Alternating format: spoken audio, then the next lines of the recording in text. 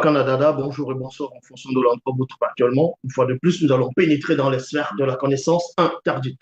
Aujourd'hui, nous allons aborder un sujet sur le jour de la Pentecôte. Vous savez que il existait plusieurs sortes, on va dire, sortes et formes de Pentecôte.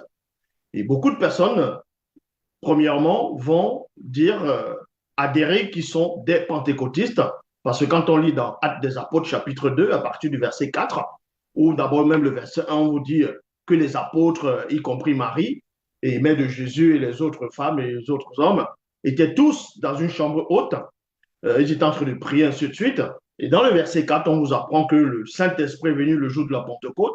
Voilà, ils ont senti, ils ont entendu un grand bruit dans la pièce, il y a eu comme du vent, et des langues, semblables des langues de feu, sont venues, sont posées sur chacun d'eux, et ils se sont mis chacun séparément à s'exprimer en d'autres langues, c'est-à-dire ce n'était pas la langue du ciel, comme certains, soi-disant pasteurs, révérends, bishops, maréchaux, apôtres, gens, prophétesses inspirés des pseudo-youtubeurs ou des pseudo-docteurs qui pensent que le jour de la Pentecôte, c'était la langue du ciel, ou d'autres diront la langue de l'esprit, la langue des anges, que les apôtres étaient en train de parler, y compris toute personne qui était dans la chambre haute.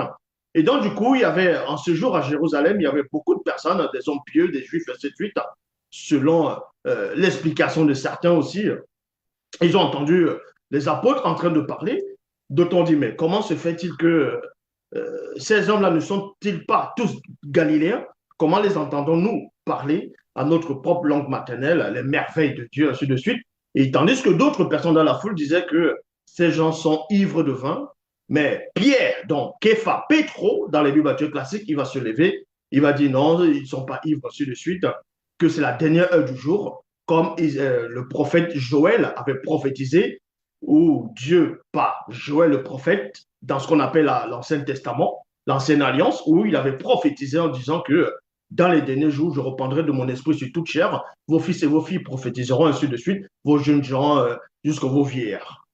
Bon, et on retrouve cela dans Joël chapitre 2, verset 28, tandis que dans d'autres versions, c'est dans Joël chapitre 3, verset 1.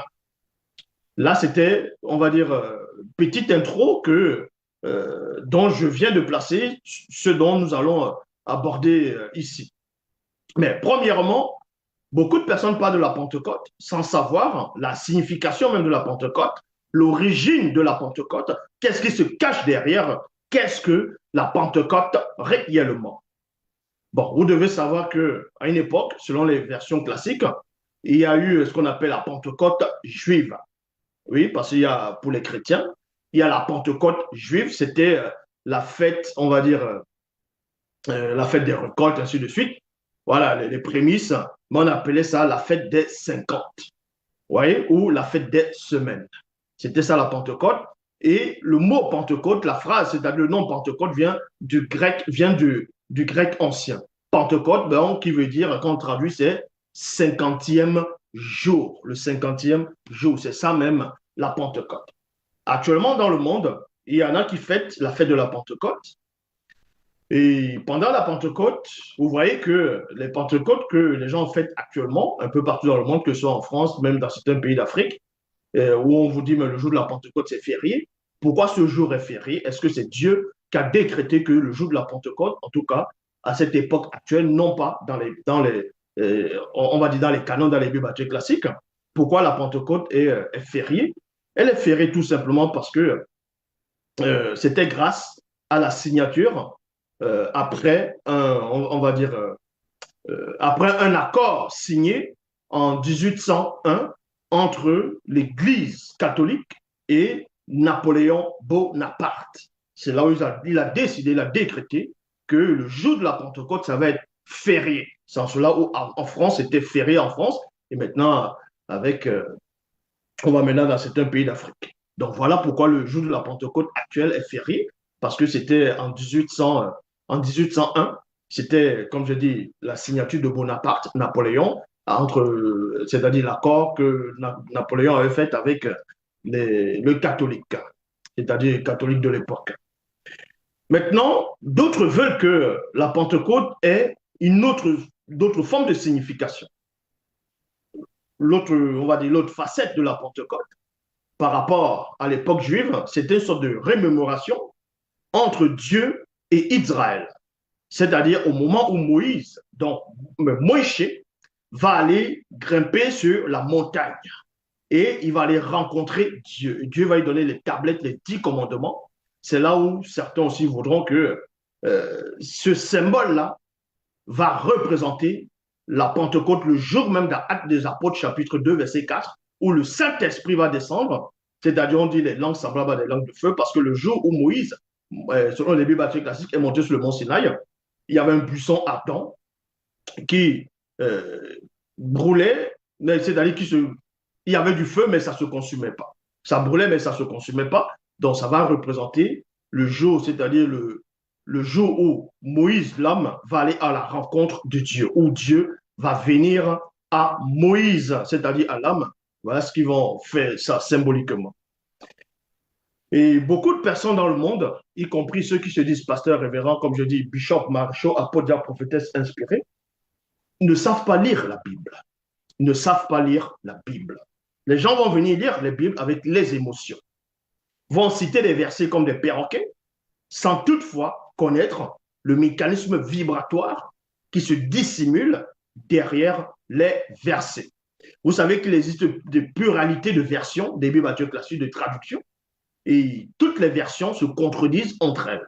Maintenant, il y a d'autres versions qui vont essayer de mieux traduire par rapport à une scène ou à une histoire ou tout simplement à une loi au fur et à mesure en fonction des autres versions. On va aller dans Joël, chapitre 2, verset 28, et aussi d'autres vont prendre dans Ésaïe, chapitre 2, à partir du verset 2, où en disant que c'est là où la loi, la prophétie a été annoncée, que Dieu va accorder sa grâce aux nations qui ne sont pas forcément d'Israël, des Juifs, on va dire comme ça, mais les étrangers, d'autres diront des païens, ainsi de suite, des gentils, des non-juifs, que ces non-juifs viendront à un moment donné à la montagne de Dieu, ils vont venir sur les collines de Dieu recevoir la loi.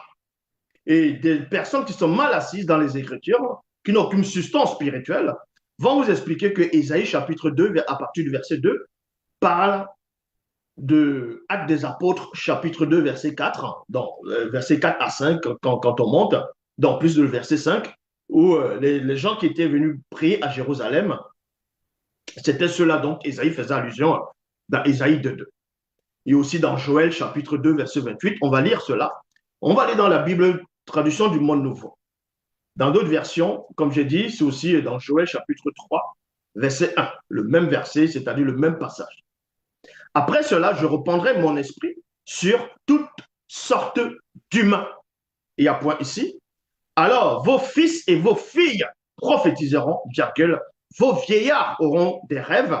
Dans d'autres versions, c'est des songes. Et vos jeunes hommes auront des visions. Remarquez ici, dans Joël, chapitre 2, verset 28, comme je dis ici, moi je vais aller dans la traduction du Monde Nouveau. Dans d'autres versions, on peut aussi dire, on ne dit pas toutes sortes du monde, on dit sur toute chair, sur toute espèce de chair, sur toute vie, en fonction des versions. Donc, vous comprenez que dans Joël, chapitre 2, verset 28, ceux qui se disent enseignants ou docteurs, qui n'ont aucune substance spirituelle, ont du mal à comprendre ce verset, vont lire ce verset et ne comprendront pas ce verset. Ils vont prendre ce verset, vont l'aligner directement dans Actes des Apôtres, chapitre 2, le jour de la Pentecôte, où à un moment donné, Pierre va se lever, va dire que c'est la dernière heure du jour, voici ce que Dieu a annoncé par Joël. Et ça, je dis, c'est un gros mensonge. Vous voyez, c'est un gros mensonge. On va vous expliquer pourquoi. Mais avant d'aller expliquer, on va dans Actes des Apôtres, chapitre 2, verset 17. Dans la traduction du Monde Nouveau, il est dit, donc, c'est au moment où, quand ces hommes-là, ces personnes, dans d'autres versions, c'était les Juifs et d'autres personnes qui sont venues un peu partout dans le monde, des nations. Et certains pensent que ces nations, c'est les étrangers qui ne sont pas juifs, qui sont venus adorer à Jérusalem. C'est pour ça que Pierre dit dans Actes des Apôtres, chapitre 2, verset 17, « Et dans les derniers jours, dit Dieu, virgule, je reprendrai une partie de mon esprit sur toutes sortes d'humains. Il y a point. Vous voyez?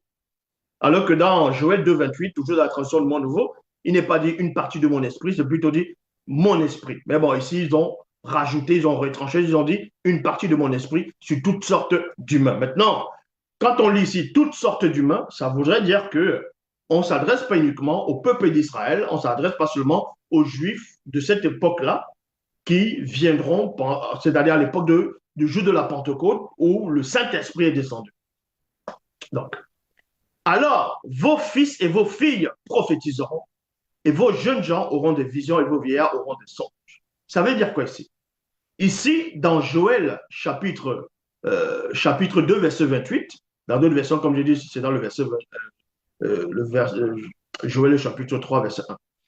Donc, je vais vous démontrer ici que Joël 2, 28 ne fait nullement allusion aux autres nations. Quand il dit ici, sur toutes sortes de chair, sur toute chair, sur toute forme de vie. On ne fait nullement allusion aux autres nations. On parle ici au peuple d'Israël. Parce que la suite dit ceci, alors vos fils et vos filles prophétiseront, vos vieillards auront des songes et vos jeunes hommes auront des visions. On parle ici des fils du peuple d'Israël, donc et vos jeunes filles du peuple d'Israël prophétiseront, les vieillards qui sont en Israël, c'est-à-dire issus du peuple d'Israël, auront des rêves et vos jeunes hommes auront des songes. On va vérifier cela avec les versets des Bibles actuelles classiques. Donc, je m'adresse à tous ceux qui pensent que Dieu vous a mandaté, que vous avez reçu le Saint-Esprit, bien on vous a mis l'Esprit à cœur pour venir, vous avez reçu une sorte de mandat spirituel pour délivrer le peuple de Dieu. Vous êtes tous dans la confusion. Vous ne comprenez rien des Écritures parce que vous êtes des pauvres arrivistes. Donc, on va résumer cela. Admettons un seul instant, parce qu'il y a des versions, je reconnais qu'il y a des versions, parce qu'il existe plusieurs sortes de versions, et je maîtrise quasiment une grande partie des versions, en tout cas connues, parce qu'il y a des versions qu'on ne voit pas. Mais il y a des versions dont j'ai la possession, dont vous n'avez pas. Mais néanmoins, admettons un seul instant que dans le jour de la Pentecôte, dans Actes des Apôtres, chapitre 2, à partir du verset 4, où l'Esprit va venir, tout ça, et en même temps, Pierre va se mettre à parler. Admettons un seul instant qu'il était question de non seulement des Juifs et des autres nations. Et des autres nations, admettons un seul instant, vous allez comprendre qu'il y a bel et bien une anomalie. Parce qu'il y a des pauvres arrivistes qui pensent que Jésus, oui, que Jésus Yoshua s'est révélé au peuple noir le jour de la Pentecôte. S'est manifesté au peuple noir en tant que, on va dire, écriture, en tant qu'évangile, en tant que, voilà, la parole, au peuple noir le jour de la Pentecôte, parce que beaucoup de personnes font des débats en disant que les colons ont ramené la Bible en Afrique, tandis que d'autres disent non, les colons n'ont pas ramené les Bibles en Afrique, puisqu'ils vont s'asseoir, ils vont essayer de préciser, essayer de dire que, argumenter que le jour de la Pentecôte, quand Pierre a parlé, il y avait des Noirs qui étaient là, en tout cas des Africains qui étaient là en parlant de l'Égypte, et aussi ils ont accepté la parole de Dieu, donc ils avaient déjà reçu ça, et ça montre par là que ce n'est pas les colons qui ont ramené l'Évangile, qui ont ramené les Bibles en Afrique, mais c'est plutôt Jésus qui a donné sa parole, qui a révélé le message au peuple noir, c'est-à-dire africain, c'est-à-dire égyptien aussi et des autres nations. Je vais vous démontrer que c'est faux. On va aller dans une des versions déjà qui a été mal traduite. Dans Actes des Apôtres, chapitre 2, verset 5, Bible pastorale de Marétus, ça c'est une version qui a été mal traduite. Pourquoi? Or, en ce moment, séjournaient à Jérusalem des Juifs et des hommes pieux. Il y a virgule ici. Donc, vous n'avez pas besoin de sortir d'Alva de Saint-Cyr pour comprendre qu'on parle de deux personnes ou bien de deux groupes de personnes. Donc, hier, premièrement, on parle des Juifs et ensuite on dit et des hommes pieux. Ces hommes pieux, ici dans cette version pastorale de Marie de Source, ne sont pas des Juifs ici. C'est pour ça qu'on vous dit ici, or, en ce moment, séjournaient à Jérusalem des Juifs et des hommes pieux, virgule, originaires de toutes les nations qui sont sous le ciel. Logiquement, quand vous allez lire cela, parce que vous n'êtes pas assis dans les Écritures, vous allez penser qu'on s'adresse uniquement à toutes les nations sur la terre. On va dans Actes des Apôtres, chapitre 2, verset 10. Vous allez voir la confusion. Donc, comme j'ai dit ici, acceptons un seul instant que Pierre, ou dans Actes des Apôtres 2, 5, on faisait allusion aux Juifs et aux autres nations, c'est-à-dire il y avait les Égyptiens. Ça, on va citer ici dans Actes des Apôtres, chapitre 2, verset 10. Certains sont de... voilà, on va donner les noms des régions où ils vont venir, des autres pays. Dans d'autres versions, on dit même arabes, on dit les arabes, on va même dire des romains étrangers, ainsi de suite. Mais ici, on va dire, jusqu'on va parler de l'Égypte. Voyez. Donc, des Mongols, des Tétas, des pauvres arrivistes pensent que, vu qu'on a parlé de l'Égypte dans Actes des Apôtres, chapitre 2, verset 10, et que les Égyptiens, vu que ce n'est pas des Juifs, ce n'est pas, selon eux, des Hébreux, donc c'était des Africains aussi, et donc Jésus, sous la facette du Saint-Esprit, les a rendus visite, et aussi en passant par le canal de Pierre, parce que Pierre a prêché, tout ça là. Il a dit après, plus tard, baptisez-vous au nom de Jésus-Christ et vous allez recevoir le Saint-Esprit, car la promesse est pour vous et pour vos enfants, et aussi grand nombre que le Seigneur, votre Dieu, l'autre Dieu de Dieu, les appellera. On va montrer ici que ceux qui sont venus rédiger ça de cette façon, non, c'est ce qu'on appelle la tromperie, l'usurpation. Donc, quand Pierre a intervenu, il a commencé à dire, non, nous ne sommes pas, en gros, ces hommes ne sont pas ivres de vin, c'est le dernier jour, c'est les derniers jours, en gros, ici c'est le dernier jour comme Dieu avait prophétisé par la bouche de Joël. Voilà, on sait ce que vous pouvez vérifier dans Joël 2, 28 et dans Joël chapitre 3, verset 1 en fonction des versions. Et d'autres diront que ça vient d'Ésaïe chapitre 2 à partir du verset 2. Bon, je vais vous montrer ici que ceux qui pensent ainsi et acceptent ces genres de versions qui étaient mal traduites sont complètement dans la confusion. Parce que, pourquoi ils sont dans la confusion? Ils sont dans la confusion parce que le peuple égyptien, en gros, dans les Bibles actuelles classiques, je dis bien dans les Bibles actuelles classiques, l'Égypte était déjà connu comme étant le peuple de Dieu. Et les Égyptiens, dans les Bibles actuelles classiques, connaissaient déjà Dieu. Donc, ils n'avaient pas besoin de faire mention d'eux comme étant un peuple étranger au peuple de Dieu dans Actes des Apôtres, chapitre 2, verset 10. Pourquoi? Parce que quand on va dans Ésaïe, chapitre 19, au verset 25, dans la Bible Tamissier et Amiette, il est dit, car le Seigneur des armées l'a béni.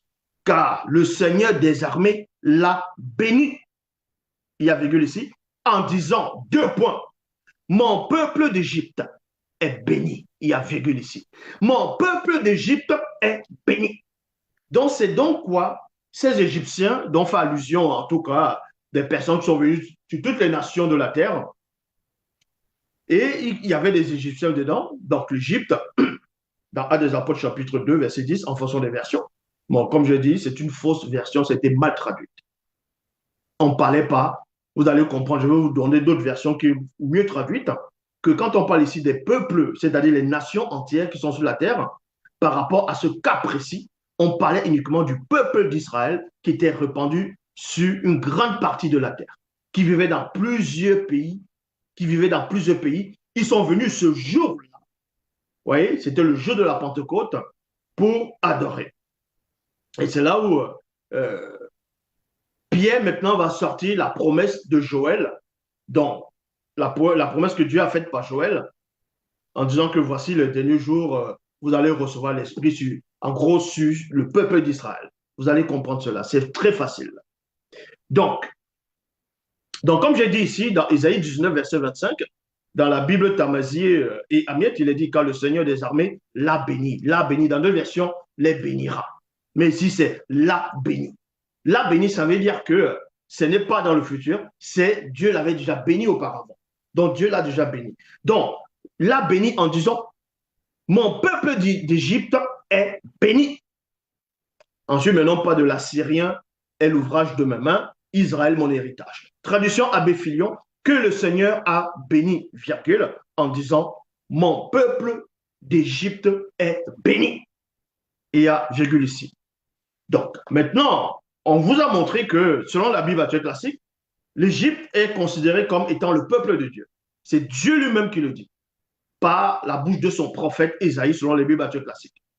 Dans Actes des Apôtres, chapitre 2, verset 10, où on vous apprend que les étrangers sont venus à Jérusalem, il y avait aussi des Juifs, et que parmi ces étrangers, c'était les Égyptiens. Ça, c'est faux. C'est une fausse version. C'est une version qui a été mal traduite. Ça ne peut pas être les Égyptiens, vu que Dieu reconnaît que les Égyptiens sont son peuple. Donc, si tu es le peuple de Dieu, tu ne peux pas être un étranger. Vous comprenez? Maintenant, on va aller dans Exode, chapitre 8, au verset 15. Dans Bible Shoraki, il est dit ici, les devins disent à Pharaon, c'est le doigt d'Elohim.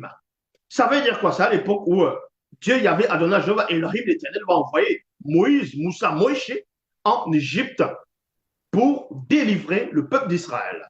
Et quand il va arriver, il va lui donner le pouvoir de frapper les Égyptiens, de montrer sa puissance à celui qu'on va appeler Pharaon. C'est un Pharaon dont on ne connaît même pas du nom, mais bon, il va donner. Et ça, au moment où Moïse est en train de frapper, en train de donner les châtiments, les Égyptiens, en gros, les mages, en fonction des versions, dans d'autres versions, les magiciens, en fonction, c'est les devins, en tout cas, c'était des Égyptiens.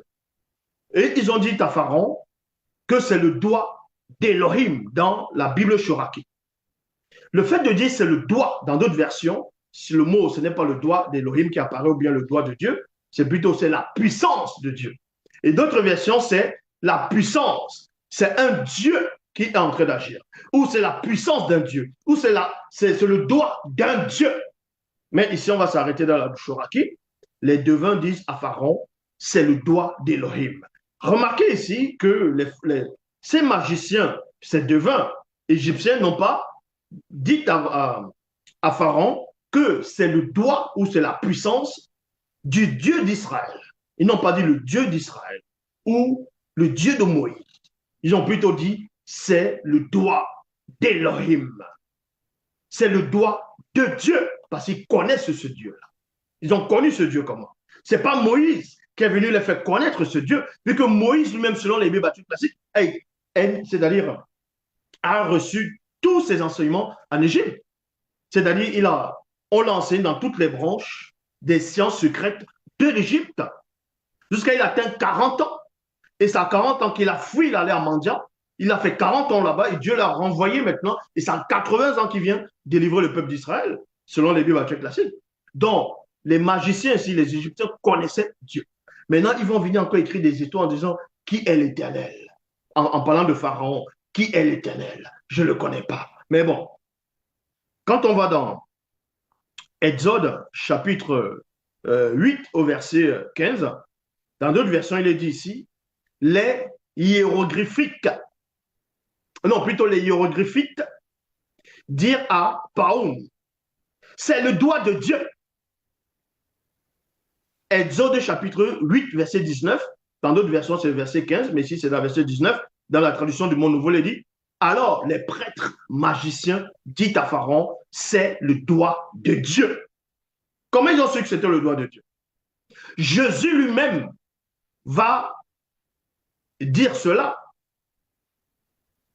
On va vous montrer que le Dieu que Jésus connaît, les pharaons, en tout cas les Égyptiens, ont connu ce Dieu avant que Jésus vienne révéler ce Dieu. On vient vous expliquer, personne n'a jamais vu le Père, le Fils, le unique qui est dans le sein du Père, est celui-là qui a fait connaître le Père. N'importe quoi. Les Égyptiens connaissaient déjà ce Dieu-là. Donc, on va dans Exode, comme j'ai lu ici, dans Exode chapitre 8, au verset 19, dans la traduction du Monde Nouveau. Alors, les prêtres égyptiens disent à Pharaon, 2 points, c'est le doigt de Dieu. Remarquez que dans la Bible Shoraki, dans Exode chapitre 8, au verset 15, il est dit, les devins disent à Pharaon, c'est le doigt d'Élohim. Elohim. Maintenant, quand on va dans Luc, chapitre 11, au verset 20, dans la Bible Shoraki, il est dit, mais si c'est par le doigt, si c'est par le doigt d'Élohim que je jette les démons dehors, que je jette dehors les démons, alors le royaume d'Élohim est venu jusqu'à vous. C'est Jésus qui est en train de s'exprimer ici. Donc, il va utiliser les mêmes expressions que les Égyptiens avaient déjà utilisées auparavant. Par rapport à Elohim, par rapport au doigt d'Elohim. Quand on va dans la traduction Louis II 1910, il est dit, mais si c'est par le doigt de Dieu que je chasse les démons, il y a virgule, vous connaissez la suite. Donc, le fait de venir raconter aux gens, des gens qui n'ont aucune substance spirituelle, que non, il y avait des Égyptiens, le jour de la Pentecôte, et vu que c'était des étrangers, Jésus s'est manifesté à eux, les a porté la parole, et c'est en ce moment que la parole, l'évangile, vient en Afrique. Ça, c'est faux.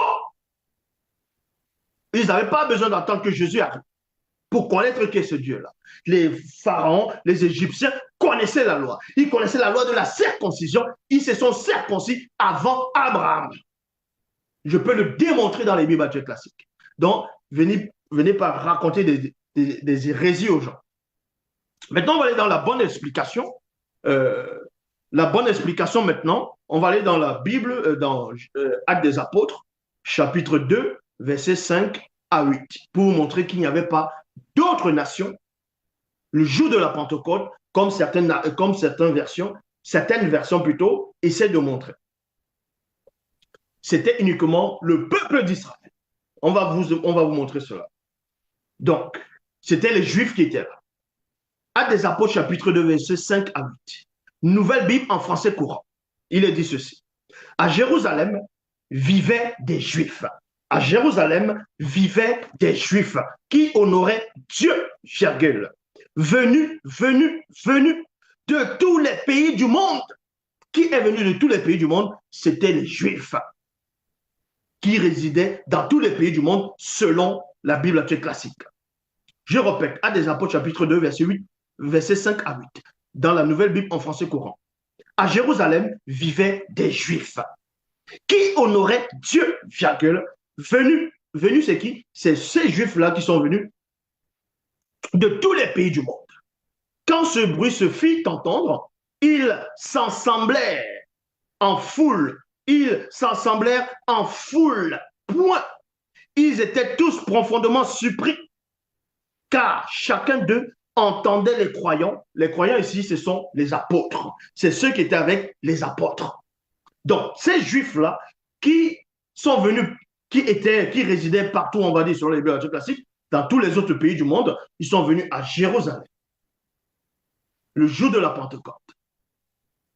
Et ils ont entendu les apôtres et les autres qui étaient pas apôtres, mais qui étaient des croyants, qui étaient avec les apôtres. Ils ont commencé à parler en langue, c'est-à-dire la langue de tous ces Juifs-là, dont chacun parlait en fonction que l'Esprit lui donnait de s'exprimer.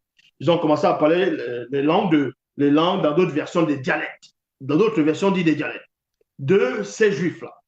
Maintenant, la question de savoir, vous allez peut-être me poser la question de savoir que comment se fait-il que, si c'est ce que, comment les Juifs vont dire à Pierre ou vont s'interroger entre eux que ces hommes-là qui sont galiléens, comment les entendons-nous parler notre, c'est-à-dire à nos langues, les merveilles de Dieu.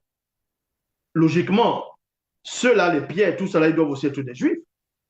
Ils font partie du peuple d'Israël. Et vu que les Juifs ici aussi font partie du peuple d'Israël, on va vous expliquer, il n'y a pas de confusion par rapport à ça. Donc, quand ce bruit se fit entendre, ils s'assemblaient en foule. Ils étaient tous profondément surpris, car chacun d'eux entendait les croyants parler dans sa propre langue. Dans sa propre langue. Ils étaient remplis de stupeur et d'admiration, en disant, ces gens qui parlent, ne sont-ils pas tous Galiléens? Point d'interrogation. Comment se fait-il que chacun de nous les entende parler dans sa langue maternelle? Il y a point d'interrogation ici. Dans Actes des Apôtres chapitre 2, verset 9, dans la Bible Parole de vie, nous, entre parenthèses, Juifs, venons du pays de Mathé, de Médie et Lam, de Mésopotamie, de Judée, et de Cappadoce, de Pont et de province d'Asie. Donc, on va citer les noms. Jusqu'au verset 10, on dit ici, nous venons aussi d'Égypte. Nous venons aussi d'Égypte. Ce n'étaient pas des Égyptiens. Parce que les Égyptiens ne sont pas étrangers pour Dieu. C'est le peuple de Dieu. Ésaïe a prophétisé sur ça, a confirmé ça. Donc, ces Juifs disent ici, nous venons aussi d'Égypte, virgule, de la partie de la Libye, Libye plutôt, qui est près de Cyrène, virgule, de Rome, virgule. Remarquez que d'autres versions qui étaient mal traduites disent des Romains pas juifs. Donc, on vous montre ici. Maintenant, on va dans la Bible, dans Actes des Apôtres, chapitre 2, verset 11, Bible du semeur. Nous, bon, entre parenthèses, juifs, venons de la Crète et de l'Arabie. Venons de la Crète et de l'Arabie. Ou de l'Arabie plutôt. Dans d'autres versions, on dit des Arabes. On fait croire aux gens que les Arabes étaient là ce jour, les Égyptiens étaient là ce jour, les Romains étaient là ce jour, et c'était des hommes pieux. Il y avait aussi des Juifs qui étaient là. Tout ça, c'est faux. C'était uniquement des Juifs. C'était uniquement des Juifs. Ça, je voulais démontrer dans cette version-ci, dans Nouvelle Bible en français, dans Bible français courant, plutôt Bible parole de vie. Bible parole de vie et Nouvelle Bible en français courant. Là, les versets que j'ai donnés. Maintenant, la question de savoir pourquoi donc ce sont tous des Juifs, ils ne sont pas des étrangers, comment les Juifs vont s'adresser, entre guillemets, aux autres Juifs, comment les entendons-nous parler nos propres langues maternelles? Est-ce qu'il y a des Juifs qui ont les langues à part et d'autres Juifs qui ont les langues à part? Ah ben oui. Ah ben oui. Vous pouvez lire, c'est pour ça que je dis, vous ne connaissez même pas la Bible. Quand celui qu'on appelle Joseph, le fils de Jacob, de Yaakov, Joseph, il s'est marié avec quelle femme? Il s'est marié avec une Égyptienne, avec la fille d'un prêtre. Il a eu des enfants avec une Égyptienne. Ça veut dire que les enfants de Joseph connaissaient la langue de l'Héber. Est-ce que vous comprenez? Judas, le fils de Jacob, de Yaakov, il s'est marié avec qui? Il a eu des enfants avec Tamar. Tamar venait d'où? Donc le peuple d'Israël s'est mélangé, ils ont pris plusieurs femmes qui n'étaient pas forcément des femmes hébreux. Qui n'étaient pas forcément des femmes hébreux. Et ces femmes avaient les langues maternelles. Les enfants parlaient cette langue-là. C'est logique que dans Actes des Apôtres, les Juifs qui sont là, qui vont parler la langue maternelle, c'est pour ça qu'on dit maternelle, on ne dit pas paternelle, on dit la langue maternelle, donc voilà, maternelle, même si on peut dire la langue maternelle, c'est le pays, c'est la langue où on va dire de naissance, mais on dit maternelle. C'est pas pour rien que le mot maternelle va apparaître et non paternelle. C'est-à-dire que les Juifs qui étaient là à Jérusalem ce jour venaient des autres pays de naissance, c'est-à-dire ils sont nés dans les autres pays parce qu'eux aussi ils avaient des mères qui n'étaient pas, on va dire, ils descendaient d'une lignée où les ancêtres, en tout cas par rapport à la branche de les mères, en fonction même avec les étrangers qui vont avec d'autres nations qui vont se mélanger, aussi ils ont commencé à parler cette langue. Ils ont commencé à parler cette langue. La preuve, vous pouvez vérifier. Quand Esdras, par rapport, qu'est-ce qu'il a fait Esdras? Ou quand il vient juger le peuple. Parce qu'il y avait l'injustice. Il se rend compte qu'il y avait des Juifs qui ne parlaient même pas le juif. Il s'est énervé là pour le bâton, il a commencé à fouetter les gens.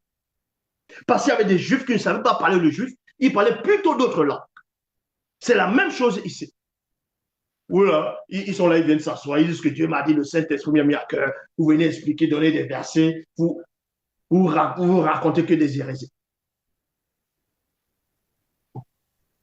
Donc, dans Actes des Apôtres, chapitre 2, verset 14, traduction Starfer, il est dit, Pierre alors s'avança avec les 11 éleva la voix et s'exprima ainsi, habitants de Judée, et vous qui êtes en séjour. Vous, c'est qui? C'est toujours les autres juifs, mais qui sont en séjour, qui n'habitent pas là, qui sont en séjour à Jérusalem. Sachez bien ceci et prêtez l'oreille à mes paroles. C'est-à-dire que quand il va parler, il va dire, la promesse est pour vous et pour vos enfants. Donc, ce que je venais de dire, c'était l'introduction. Maintenant, on va entrer dans le cœur du message. Il est bien vrai que c'était long, mais bon.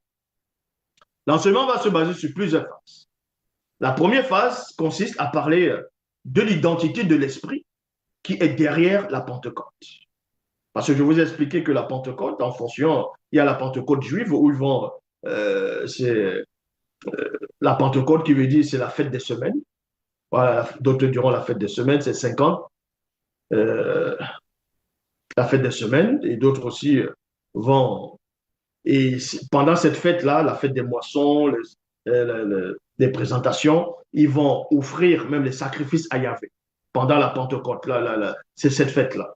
Ils vont offrir des sacrifices à Yahvé, ils vont tuer, et ils vont tuer des agneaux, ainsi de suite, ils vont brûler, et Yahvé va sentir ça, ça sera une bonne odeur dans ses narines. Vous voyez, des abominations pareilles. Et maintenant, par rapport à la Pentecôte juive, on va dire, par rapport à Jésus, c'était l'infusion du Saint-Esprit, où le Saint-Esprit va venir, il va donner des langues, et beaucoup de personnes pensent que ces langues-là, c'était les langues du ciel, ainsi de suite. Non, c'était les langues des hommes, point barre. Donc, on va aller dans la phase 1, l'identité de l'Esprit qui est derrière la Pentecôte. On va aller dans le livre mystérieux, la face cachée de Bible, le code révélé de la Bible authentique à la tante Gypsy. Un livre puissant, pas d'erreur, pas de contradiction, pas de mensonge. On vous révèle l'identité de toute chose, de toute forme de spiritualité, l'origine de tout. Et on vous donne les vraies origines de Yahvé, de Jésus, tout ça, ce sont des... on vous explique qui sont réellement et de tous vos soi-disant dieux divinités.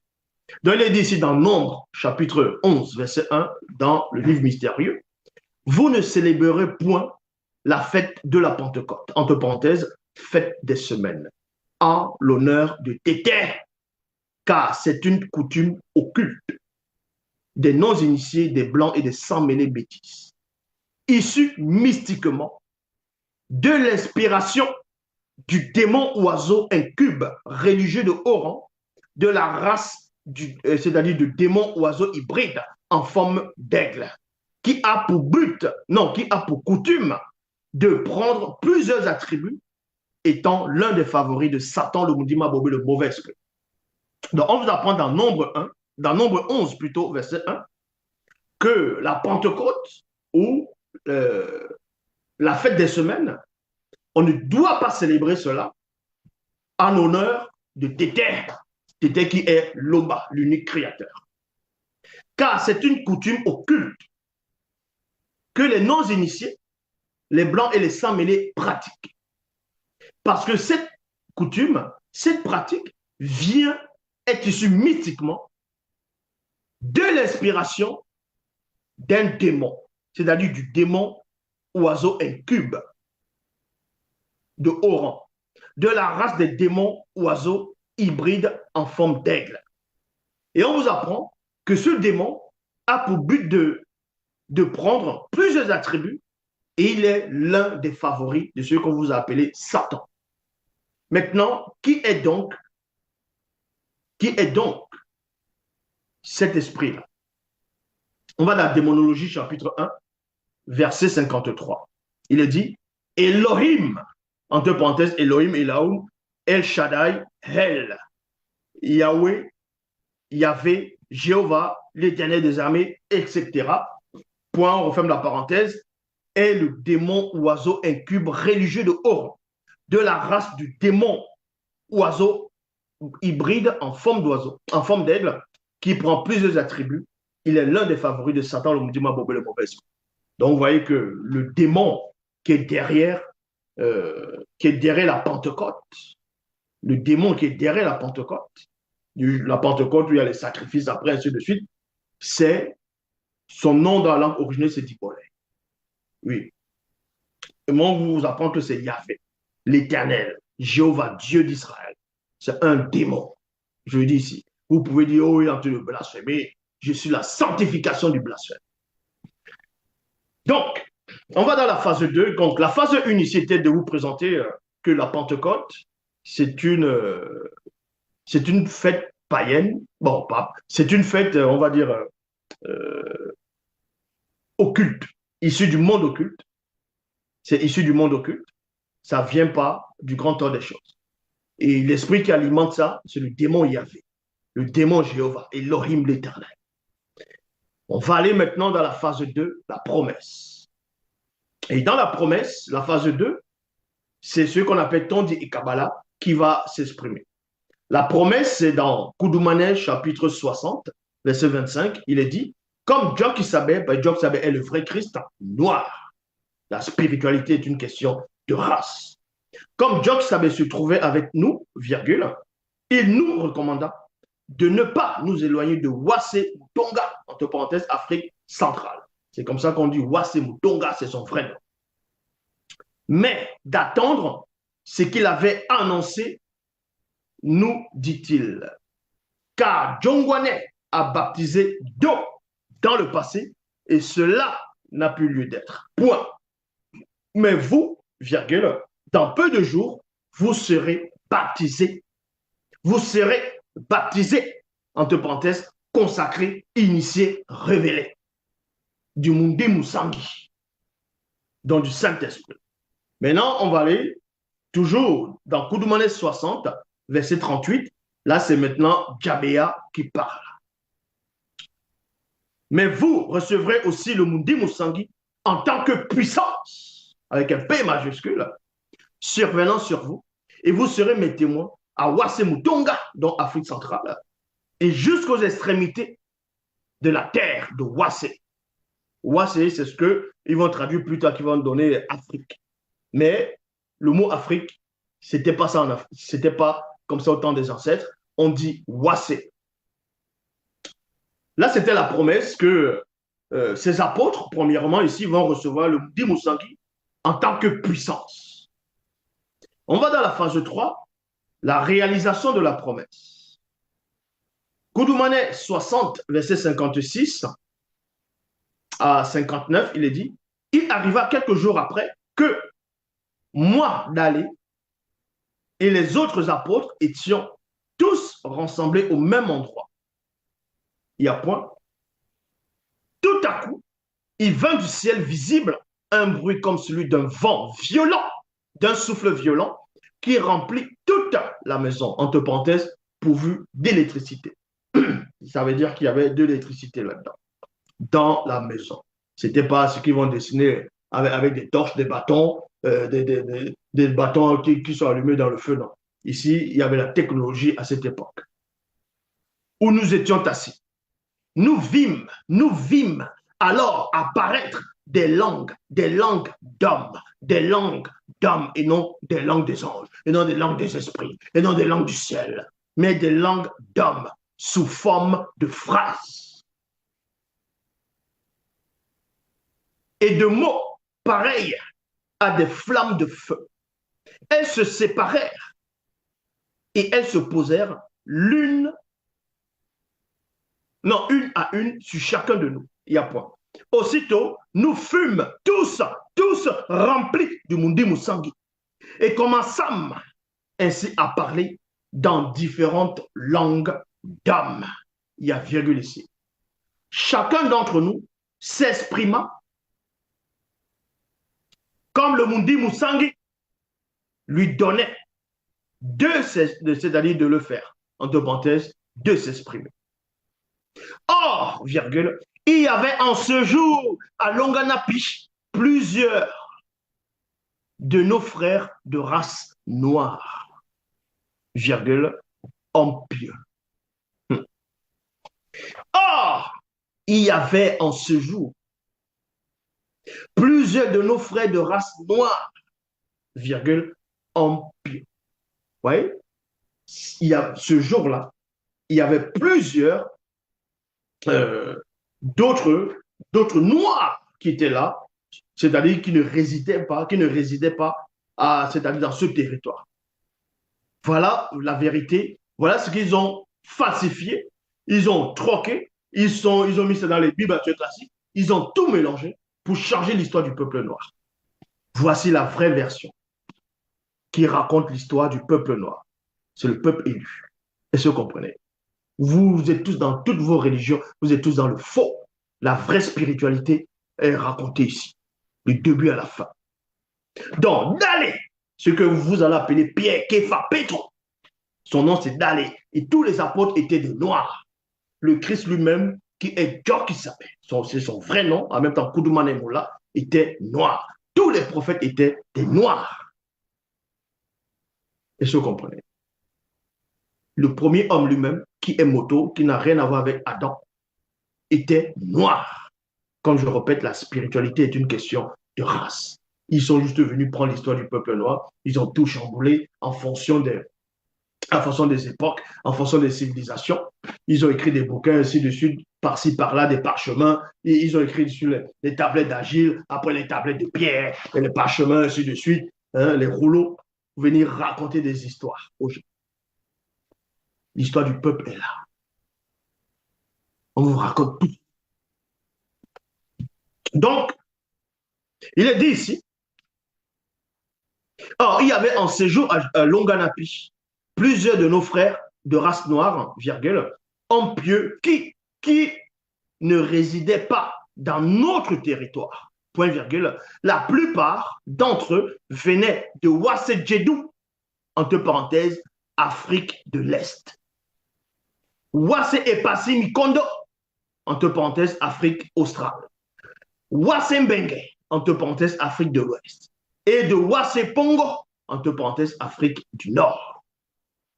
Ce bruit s'étant répandu, ces hommes pieux, entre parenthèses, et plusieurs de Longanapi s'assemblèrent et il fut troublé dans la conscience de leur esprit et ils furent profondément surpris, entre parenthèses, abasourdis, émerveillés.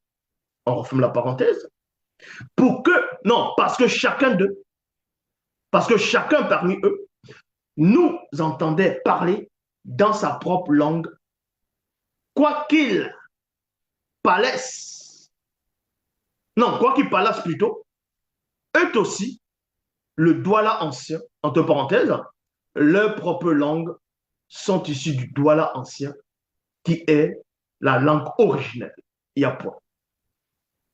Ces hommes pieux étaient tous remplis d'étonnement et d'admiration, et ils se disaient les uns aux autres, chacun en fonction de sa langue. Ces apôtres, parce que le mot apôtre, dans la langue originelle, c'est Bamuloloma. Vous voyez? Ce sont les Bamuloloma.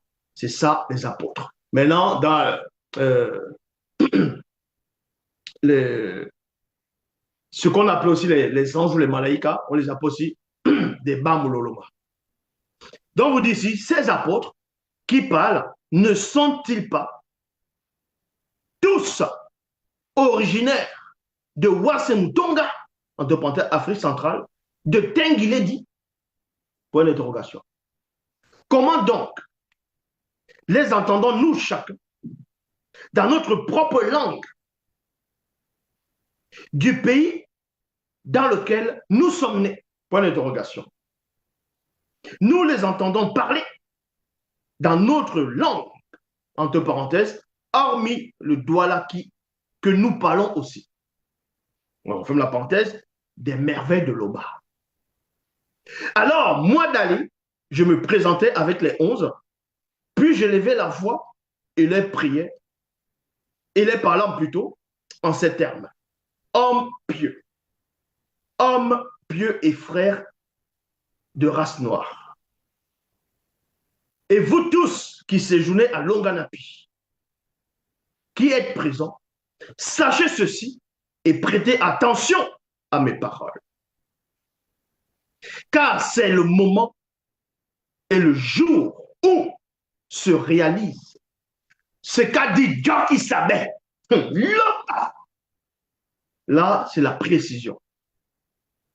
Voici les miracles qui accompagneront ceux, entre parenthèses, connus, vous y compris, on fait la parenthèse, qui auront cru à, c'est-à-dire de l'intérieur, et non en mon nom, mais de l'intérieur de mon nom.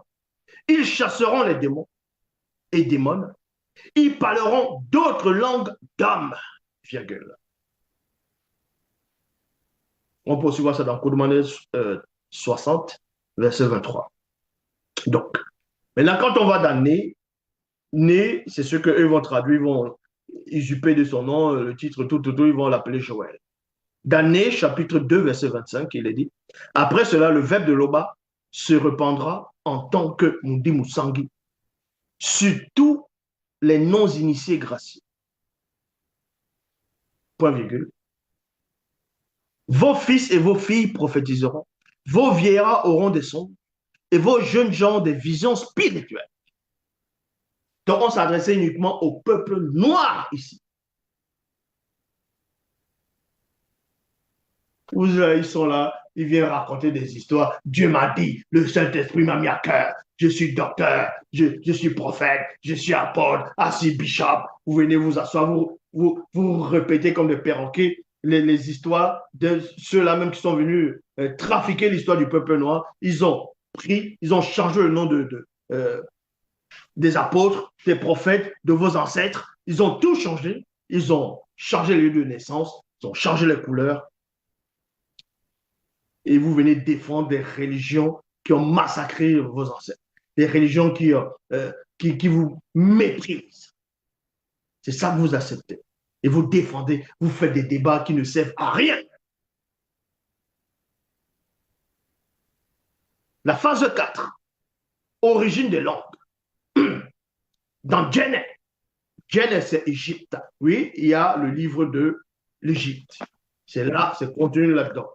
Son initiation, il vous raconte le premier Égyptien, en tout cas du nom, il vous raconte lors de son voyage initiatique, donc son voyage spirituel, qui est réellement Osiris, donc Osiré, qui est Osiré, parce que Osiré, il a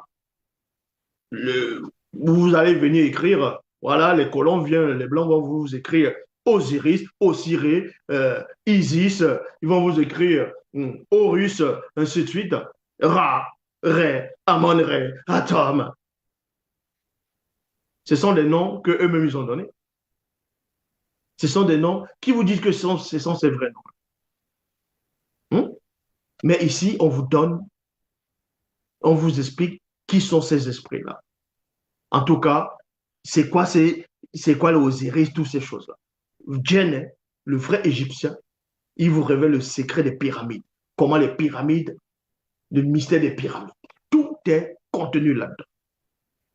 Donc, l'origine des langues. Égypte, chapitre 1, verset 257. Donc, Djenné, qui veut dire Égypte. En gros, Djenné qui veut dire voir la vision, la clairvoyance.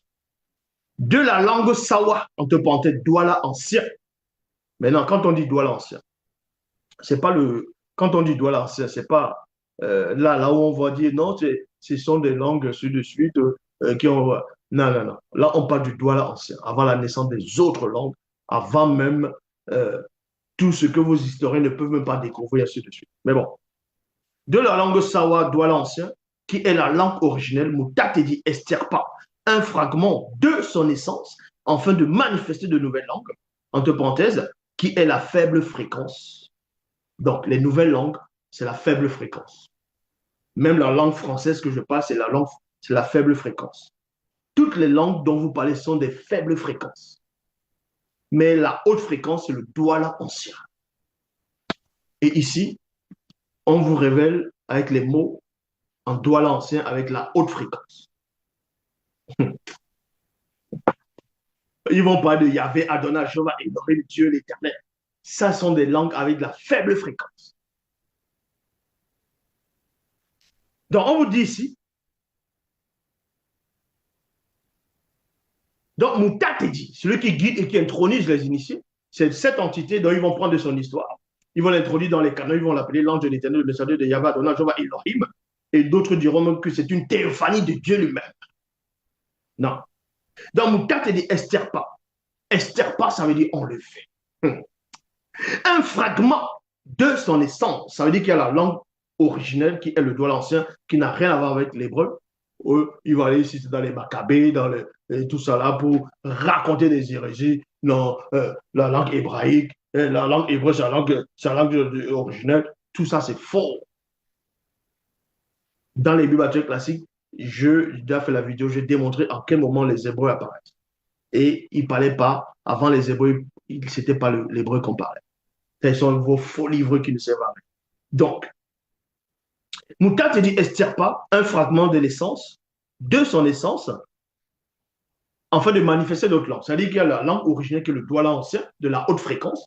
Il va estirper un petit fragment de l'essence de cette langue originelle. Et quand il va estirper, quand il enlève déjà, il manifeste d'autres langues qui vont apparaître. Voyez, qui va donner naissance à d'autres langues. Et ces autres langues deviennent la faible fréquence. C'est pour ça qu'il est ici de nouvelles langues, qui est la faible fréquence. Mais quand le deuxième se manifestera dans son époque visible, il extirpera la faible fréquence d'une des langues qui sera parlée à son époque, pendant qu'il restaurera, entre parenthèses, rétablira, restituera, on referme, notre histoire, histoire du peuple originel, noir. Ça veut dire que tout ce qui est écrit ici, il y a des mots dans la haute fréquence, c'est-à-dire dans le douala, c'est la langue originelle, il y a des mots de la langue originelle ici, et il y a aussi la traduction en français. Et dans cette traduction en français, vu que la prophétie était donnée, celui qui a traduit cela, donc le deuxième, il va traduire cela fidèlement pour extirper la faible fréquence, pour que ça reste fidèle à la haute fréquence, c'est-à-dire qu'on ne puisse pas baisser de fréquence de tonalité.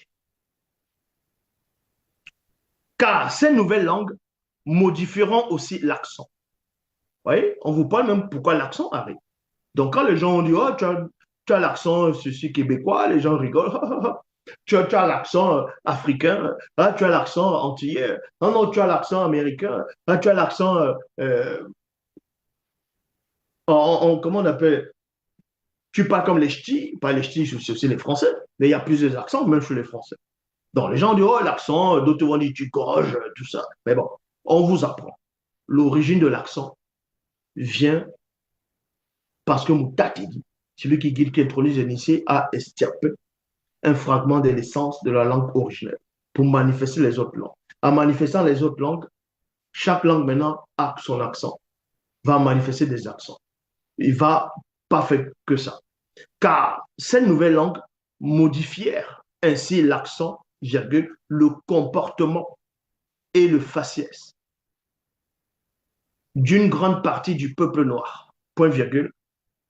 Là fut dévoilé, entre parenthèses, au nom connu, le principe visuel d'écriture constitué d'un ensemble de symboles, entre parenthèses, lettres, symboles plutôt, mots, phrases, ponctuation, chiffres, nombres et autres. On referme la parenthèse, présentant les entités du grand ordre des choses, point virgule, qui sera dans quelques millions d'années plagié et modifié par des blancs dans chaque civilisation. Aussi, plusieurs de ces hommes, plusieurs de ces blancs nommeront ce principe visuel d'écriture, entre guillemets, alphabet. Donc, maintenant, vous pouvez, les gens vont dire, ouais, ils vont aller voir l'origine des langues. Ah non, telle langue-ci, ils vont casser, non, c'est les langues sémites, non, ça, c'est les langues bantoues, ça, c'est les langues ceci, n'importe quoi. Des gens ne disent même pas bantou, on dit bateau. Le fait de dire les langues bantoues, c'est une anomalie de langage. On ne dit pas les bantous. Bantou ne veut rien dire. On dit bateau. Bateau qui veut dire les hommes. Ça, c'est dans la bonne fréquence. Donc, vous voyez ici. Voilà le mystère de la Pentecôte. La Pentecôte, c'est une abomination. La Pâque, c'est une abomination. Le Shabbat, le sabbat, c'est une abomination. Tous vos fêtes religieuses sont des abominations. La vraie spiritualité est ce qui est en face de vous. Le bas, c'est encore glorifié.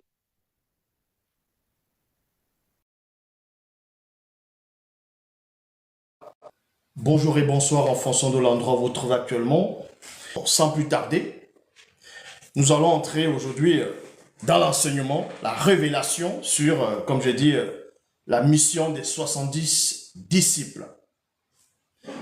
Pour ça, on va aller dans le livre mystérieux, la face cachée de Bible, le code révélé de la Bible authentique, Kalatan Jimsi, le livre qui perturbe même le monde occulte, qui raconte, qui explique l'origine, le pourquoi l'homme a été manifesté, a été créé, pourquoi la création, qui sont réellement les apôtres, bref, c'est le livre auquel même Satan lui-même ne supporte pas, y compris ceux qu'on va appeler les soi-disant pasteurs, révérends, bishops, maréchaux, apôtres, diacres, prophétesses inspirés, les pseudo-youtubeurs.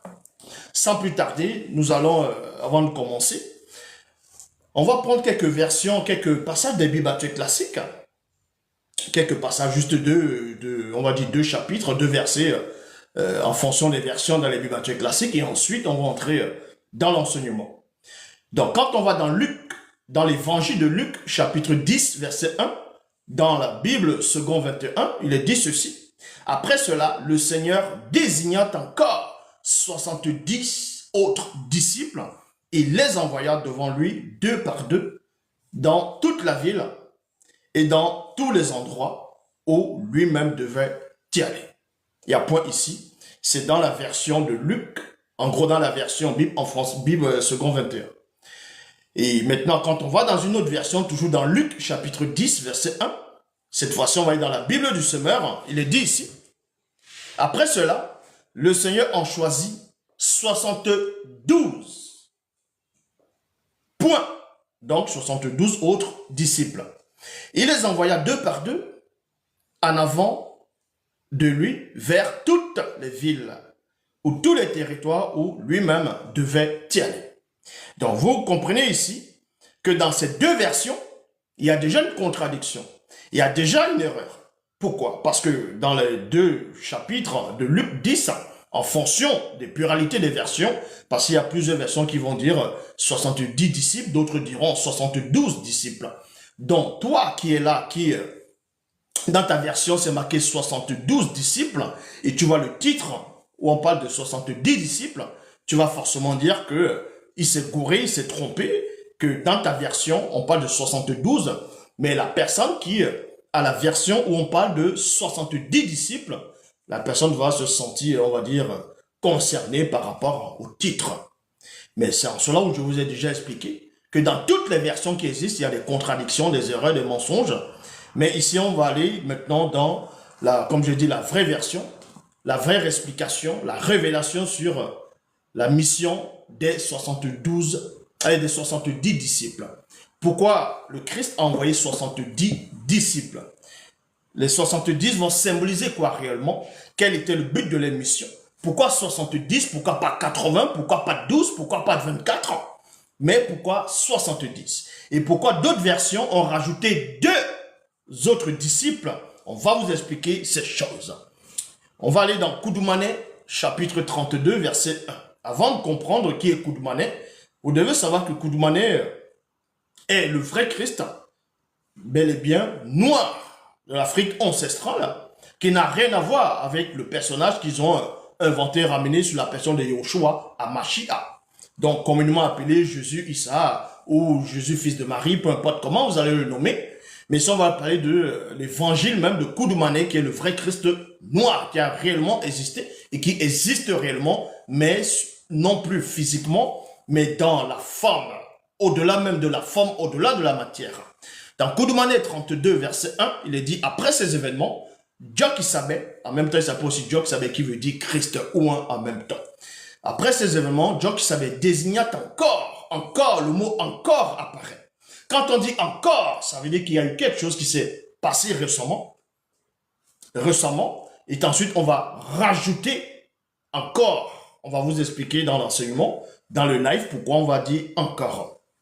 Mais après ces événements, Djokisabé désigna encore 70 autres disciples et les envoya devant lui, deux par deux, dans tous les villages et villes et dans tous les endroits du continent. Vous voyez, dans la version authentique, originelle, le livre mystérieux, la face cachée de Bible, donc à la Jimsi, le code révélé de la Bible authentique, on vous précise ici que les disciples qui étaient envoyés par Dieu qui savait que le vrai Christ, ça se déroulait en Afrique, dans ce que vous appelez en Afrique. C'était pas à Jérusalem, dans d'autres territoires, mais ici, c'était en Afrique.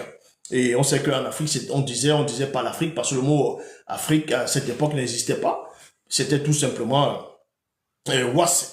Mais Dieu savait il y a des endroits où il devait y aller dans le continent. Le continent, c'est Mounielé. Et en cela, il va envoyer 70 disciples pour un but précis. Parce que tout ce que Dieu savait faisait, c'était des gestes prophétiques. Et tout ce qu'il disait, on va dire, même ses déplacements, même les disciples qu'il choisissait, c'était par rapport aux gestes non seulement initiatiques, mais aussi prophétiques. Donc, il va les envoyer, c'est-à-dire les endroits du continent où lui-même devait y aller. Maintenant, on va aller dans la phase 1, parce que l'enseignement va se baser sur plusieurs phases. La première phase ici, c'est de vous parler du symbole de la tristesse. Pourquoi le symbole de la tristesse? On va vous expliquer pourquoi le vrai Christ, dont Dieu qui savait, a choisi encore 70 disciples et non 72, en fonction des versions classiques, où on va essayer de vous expliquer. Mais pourquoi il va envoyer 70 disciples? Le symbole, le chiffre de 70 n'est pas pris au hasard, parce que le hasard n'existe pas. Les 70 disciples, donc le chiffre 70 a une connotation spirituelle, a un but précis. Donc, la phase 1, c'est le symbole de la tristesse. Dans Kolaïta, chapitre 1, verset 232. Donc, qui est Kolaïta? Kolaïta, c'est ce que vous allez appeler Youssef, donc le fils de Tindi que vous allez appeler Jacob, Yaakov. Mais son vrai nom ancestral, c'est Kolaïta. Il a bel et bien écrit un livre. Oui, il a son livre. Donc, Kolaïta, chapitre 1, verset 232, il est dit ici, selon une des coutumes des initiés, les initiés plutôt, passèrent 30 jours à enduire le corps d'huile parfumée pour le conserver. C'est à l'époque où le puissant Tindi, ce que vous allez appeler Jacob, Yaakov, était mort physiquement, et il y a eu des rituels, ainsi de suite. À un moment donné, on va passer 40 jours pour enduire son corps d'huile parfumée. C'était des rituels initiatiques en même temps par les initiés. Donc, pour le conserver, parce qu'on devait conserver son corps, afin que ce corps ne puisse pas pourrir au moment, ne puisse pas maintenant avoir une mauvaise odeur.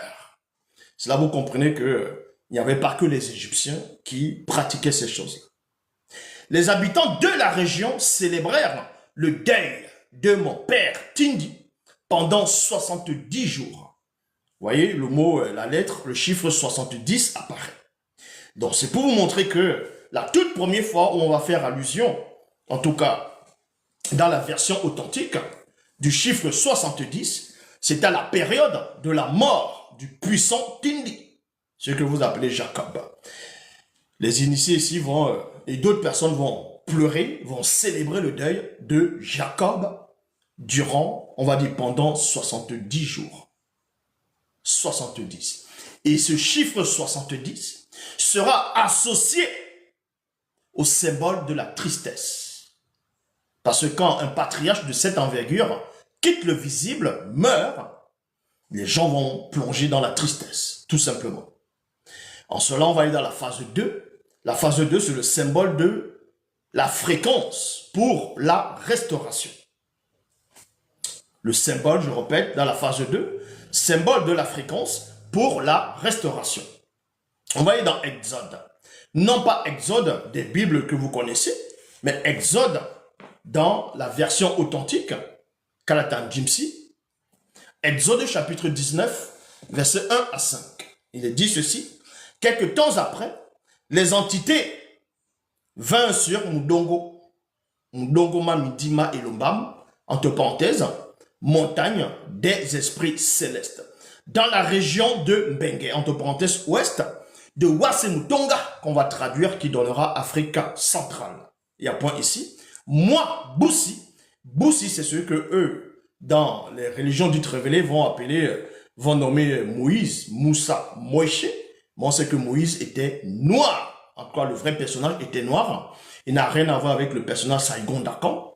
Il n'a rien à voir avec le personnage biblique qu'on voit actuellement. Mais son vrai nom, c'était Boussi, il était bel et bien de race noire. Car la spiritualité est une question de race.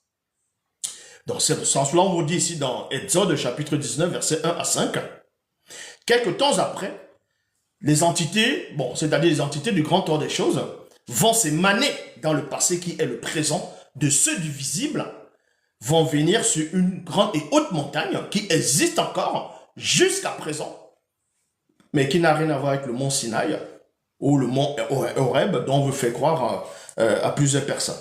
Moi, Boussi, je montais avec Mouenen.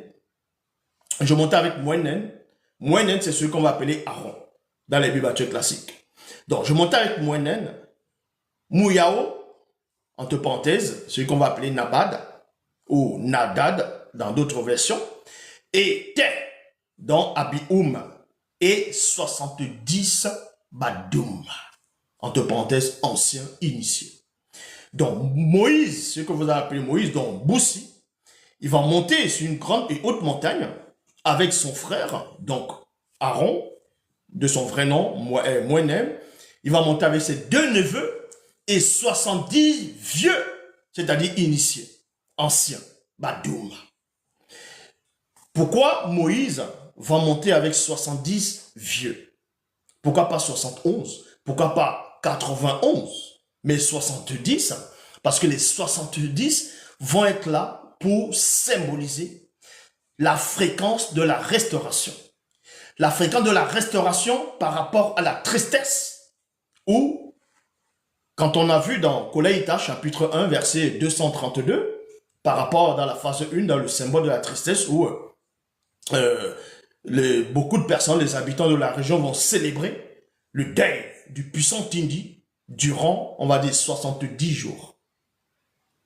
Maintenant, pour restaurer ce chiffre-là, le symbole de la tristesse, maintenant les entités vont apparaître à Moïse, donc Aaron, Abioum et Nabad, et les 70 anciens. Les 70 anciens pour, on va dire, restaurer cette fréquence-là, la fréquence de la restauration. Et dans la suite, il est dit ici, nous vîmes, entre parenthèses, spirituellement, ainsi les entités.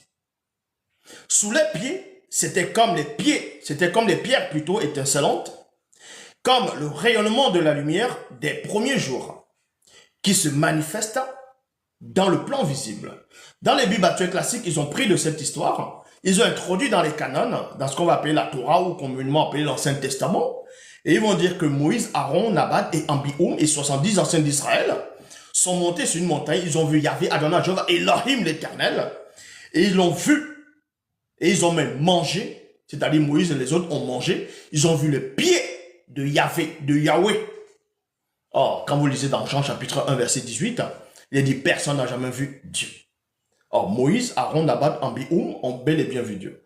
Mais sauf que cette histoire n'est pas la véritable histoire. La vraie histoire ici, c'est Boussi, qui était noir, qui est monté avec son frère, Mouenen, et ses 2 neveux, dont Mouyao était, et 70 Badoum. Et là-bas, ils n'ont pas vu Yahvé, ils n'ont pas vu Elohim, Jéhovah, ils ont plutôt vu Moutatedi. Moutatedi, c'est celui qui guide et qui intronise. Ils ont vu en fait les initiés. Ce sont les initiés qu'ils ont vus. Donc, ils ont vu les initiés, et ils vont décrire les pieds. Ils vont décrire, c'est-à-dire une telle description de ces entités-là. Donc, nous vîmes ainsi les entités sous les pieds. C'était comme des pierres étincelantes, comme le rayonnement de la lumière des premiers jours, qui se manifesta dans le plan visible. Les entités ne posèrent point leurs mains contre les 70 Badoum initiés. Donc, vous comprenez par là. Il n'est pas écrit ici, il y a une telle précision, il n'est pas dit ici que les entités n'ont point posé les mains sur Boussi, que vous allez appeler Moïse, n'ont pas posé les mains sur Aaron, Nabad et Abioum. Mais plutôt, c'est plutôt décrit qu'ils n'ont pas posé les mains contre les 70 anciens. Badoum. Parce que, pourquoi ils n'ont pas posé les mains? C'était pour enlever le symbole de la tristesse. Nous contemplâmes spirituellement les entités plus tard, hors de Mudongoma, Mindima et Lombam, donc la montagne des esprits célestes, ou des entités célestes. Mouyao était, et les 70 initiés mangèrent et burent, car le corps avait perdu toute leur vigueur. Le corps avait perdu toute leur vigueur. Donc il fallait restaurer la vigueur. Il fallait restaurer le corps, l'avatar, pour leur enlever de la tristesse de ce symbole-là. En cela, on va aller dans la phase 3. Le symbole de la perversion du chiffre 70. C'est là que vous allez comprendre pourquoi le vrai Christ, qui est Dieu Sabbath, va choisir 70 autres disciples pour qu'ils aillent pour une mission délicate. Parce que Satan dans son royaume, en tout cas Satan, de son, comment on l'appelle, comment on le nomme dans l'Afrique ancestrale, dans la langue originelle, c'est Mundima Bobé, qui veut dire en gros mauvais esprit. Satan de son côté, il connaît le mécanisme vibratoire des chiffres, des symboles.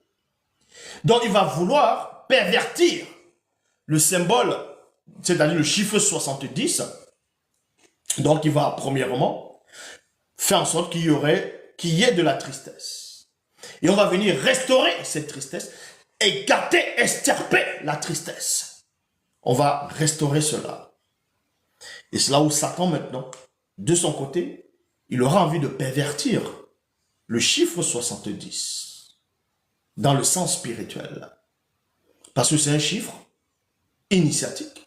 C'est un chiffre qu'on va utiliser dans la prophétie et dans l'initiation. En cela, comme j'ai dit, on va dans la phase 3, le symbole de la perversion du chiffre 70. On va dans Guigna. Guigna, c'est ce que eux vont appeler Ézéchiel, chapitre 8, versets 1 à 13. Il dit ici, je répète dans Ézéchiel, chapitre 8, versets 1 à 13, dans le livre mystérieux. La 6e année du 5e jour du 6e mois, comme j'étais assis dans ma demeure et que les chefs initiés de Soma étaient assis devant moi, la main, entre parenthèses, révélation du Mutatidi, virgule, se posa spirituellement sur moi. Il n'y a pas. Donc, ce qu'on va appeler Ézéchiel dans les Bibles classiques, son vrai nom c'est Guigna, qui veut dire la puissance. Et il était noir, car tous les apôtres, tous les prophètes, y compris les entités que vous allez appeler les malaïques, les anges, sont de race noire. La spiritualité est une question de race. Donc, Ézéchiel, qui est Guigna, à un moment donné, il raconte bel et bien qu'il était dans sa demeure. Et il y avait les anciens initiés de Soma, Soma qu'on va appeler Judas, non point le Judas l'Iscariote, était assis devant lui, et tout à coup, la main du Mutatidi qui va symboliser la révélation va se poser spirituellement sur lui. Mutatidi est l'entité qui guide et qui intronise les initiés. C'est de cette entité dont ils vont prendre de son histoire. Ils vont introduire dans les canons, dans ce que vous appelez la Torah, l'Ancien Testament. Et là-bas, ils vont l'appeler le messager de Yahvé, Adonai, Jéhovah, Elohim, l'Éternel. Et d'autres diront aussi que c'est une théophanie de Dieu lui-même. Mais Mutatidi n'a rien à voir avec ces soi-disant divinités des religions dites révélées. Parce que Mutatidi est supérieur à toute forme de divinité de toutes les religions qui ont pu exister, qui existent, qui existeront.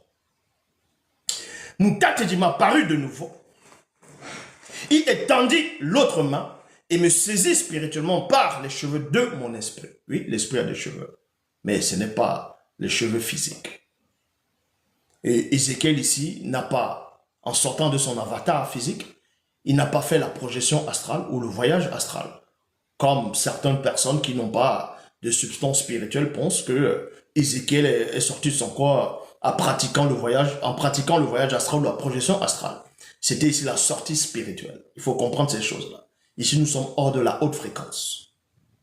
Donc, il étendit l'autre main et me saisit spirituellement et non astralement, mais spirituellement par les cheveux de mon esprit. Et m'enleva entre la terre et le ciel, en prenant avec lui mon corps physique, sans le faire entrer dans le plan non visible. Il me transporta dans les visions avec un V majuscule, issu d'au-delà, issu du grand ordre des choses, à Longanapi, à l'entrée de la porte intérieure, du côté du septentrion, où était l'idole des idoles. Et voici, virgule, le reflet de la glorieuse présence de la révélation interdite était là, tel que je l'avais vu en vision. Vous voyez, ces genres de mots, phrases, ne sont pas écrits dans les Bibles très classiques. Parce que ici, on est au-delà de la spiritualité. On est au-delà de la haute fréquence. Moutatedi me dit, fils de moto, lève les yeux du côté du nord. Je levai les yeux du côté du nord, point virgule, et voici cette idole, entre parenthèses, la représentation d'un démon religieux de haut rang dans la région. On referme la parenthèse. Donc, l'idole des idoles.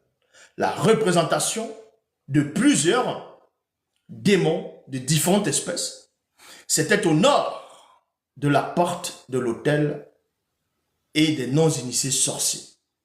Virgule, à l'entrée. Dans Ézéchiel, qu'est-ce qu'il a fait? Moutatedi l'a enlevé de son corps physique, de son avatar, de son corps opaque. Il l'a transporté dans les visions divines, dans les visions hautement spirituelles. Et là-bas, il a assisté, il a vu des choses qui se passaient néanmoins dans le plan visible, mais lui, il était dans l'invisible. Et là, il va voir un rituel. Il va assister à une cérémonie macabre. Il va voir des vieilles personnes. Il va voir des jeunes, des sorciers réunis, en train de pratiquer, faire des rites occultes, afin de pervertir aussi le symbole du chiffre de 70. C'est ça la phase 3, symbole de la perversion du chiffre 70. Et voici le reflet de la glorieuse présence de la révélation interdite était là, tel que je l'avais vu en vision. Moutatedi me dit, fils de moto, lève les yeux du côté du nord. Je levais les yeux du côté du nord, donc là, il va expliquer. C'était quoi l'idole des idoles? Oui, parce que beaucoup de personnes qui se disent pasteur, quand on va les expliquer c'est quoi l'idole des idoles, dans le livre d'Ézéchiel, nous ne pourrons pas vous expliquer ces choses-là. Et Moutatedi me dit, fils de l'homme, donc fils de moto, vois-tu ce qu'ils font, les grandes abominations qu'ils commettent ici, là, les non-initiés sorciers du territoire. Les non-initiés sorciers du territoire de Tombouanébila, pour que je m'éloigne du sanctuaire spirituel, entre parenthèses, corps spirituel. Donc le but ici, c'était quoi? C'était d'abord que Moutatedi puisse s'éloigner du sanctuaire spirituel qui est le moi esprit, donc le moi intérieur, la conscience intérieure, c'est-à-dire le moi transcendant qui est l'esprit, le corps spirituel. Il voulait que Moutatedi puisse retirer sa protection, que la sorcellerie, la magie, la divination ou les sciences occultes puissent s'étendre dans le continent bien-aimé. Et c'est là où Moutatedi va révéler cela en Guignat. Parce qu'une Guignat, c'est la puissance. Donc, il doit supporter tout ce qu'il est en train de voir. Parce que n'oubliez pas que c'est le même Guignat auquel Moutatedi avait envoyé parler à Satan, le Moudima Bob, le mauvais esprit, c'est-à-dire le chérubin jadis roi. Donc, il fallait qu'il porte son propre nom. qui devient son propre nom, la force, la puissance, pour pouvoir supporter la présence même de l'Ebouté Mundi. Donc, Guigna poursuit, dit ici, mais tu verras encore d'autres grandes abominations. Alors, il me conduisit à l'entrée du pavis. Je regardais et voici, il y avait un trou dans le mur. Et Moutate dit, me dit, deux points, Munamoto, tout bas. Et Dima, voyez, Munamoto, tout bas. Et Diba, et Dima plutôt, en gros qui veut dire fils de l'homme, perce la muraille. Perce la muraille. Je perçais la muraille, et voici, il y avait une porte. Il y a point. Et Moutate dit, me dit, entre et vois les méchantes abominations qu'ils commettent ici. Donc Ézéchiel, qui est Guignan, va voir les abominations que des sorciers sont en train de faire. Les pratiquants des sciences occultes contre les initiés, contre les non-initiés graciés. Bref, contre le continent. Ils veulent apporter la fausse doctrine. Ils veulent apporter un climat de terreur. Ils veulent apporter l'antiphrase. Ils veulent apporter l'anti-vérité. Afin que les gens puissent se détourner du chemin. Et c'est ce qu'on montre en Guignan. Il doit supporter cela. Parce qu'il connaît ces gens-là. Dans le plan visible et physique, il les connaît. Mais on dit, regarde ce qu'ils font en cachette. Regarde ce qu'ils font dans l'obscurité. Regardez ce qu'ils font dans les ténèbres. Donc il observe. Il regarde. Mais il avait besoin d'un guide, du Moutate, qui va le guider, qui va l'initier dans son parcours initiatique. Et ensuite, on vous dit ici, et Moutate me dit, entre et vois les méchantes abominations qu'ils commettent ici. J'entrais et je regardais, et voici, il y avait toutes sortes de reptiles et de démons abominables. Il y a virgule ici. Et toutes les idoles des non-initiés sorciers du territoire de Tombouane-Bila, tout autour, il y a pas. 70 hommes, virgule. Donc, on vous dit maintenant qu'il y avait 70 hommes, virgule, des vieillards non-initiés du territoire de Tombouane-Bila. Donc, vous voyez, quand on a lu la phase 1, symbole de la tristesse, il y avait, on va dire, célébré le deuil de Tindi pendant 70 jours. Donc, c'était le symbole de la tristesse. Et ensuite, dans la phase 2, il y a eu le symbole de la restauration où Boussi va sortir. Donc, Boussi sera avec Aaron, Nabad, Ambiou et 70 anciens. Donc, 70 Badoum vieillards pour restaurer la fréquence de, on va dire, la fréquence de la restauration. Et ensuite, maintenant, Satan a vu cela, que les 70, le chiffre 70 qui a une connotation spirituelle, il doit pervertir cela. C'est pour ça qu'à son tour, il va choisir mystiquement 70 vieillards pour pervertir le symbole même du chiffre 70. C'est pour ça qu'on vous dit ici, 70 hommes, virgule, des vieillards non initiés du territoire de Tombouane-Bila, au milieu desquels était Sengané. Entre parenthèses, dans plusieurs millions d'années, son histoire sera usurpée et modifiée au profit d'un personnage inventé qui sera connu sous le nom de Jazania. Il y a point. Fils de Pakatolo. Dans plusieurs millions d'années, son histoire sera modifiée et usurpée et modifiée au profit d'un personnage inventé qui sera connu sous le nom de Chef. Se tenait devant ces démons, chacun un accessoire à la main, et il s'élevait une fumée d'encens. Donc, c'était des vieillards ici. Ils étaient en pleine cérémonie mystique, occulte, voyez, ils étaient en plein rituel. Et Ézéchiel a vu ces choses-là. Il y avait certaines personnes qui étaient haut placées, mais on a mis l'accent aussi sur les 70 hommes, dont des vieillards. Ils étaient devant les démons.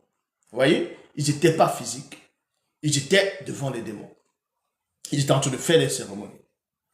Donc, on devait choisir les 70 pour pervertir, comme j'ai expliqué, le symbole des 70.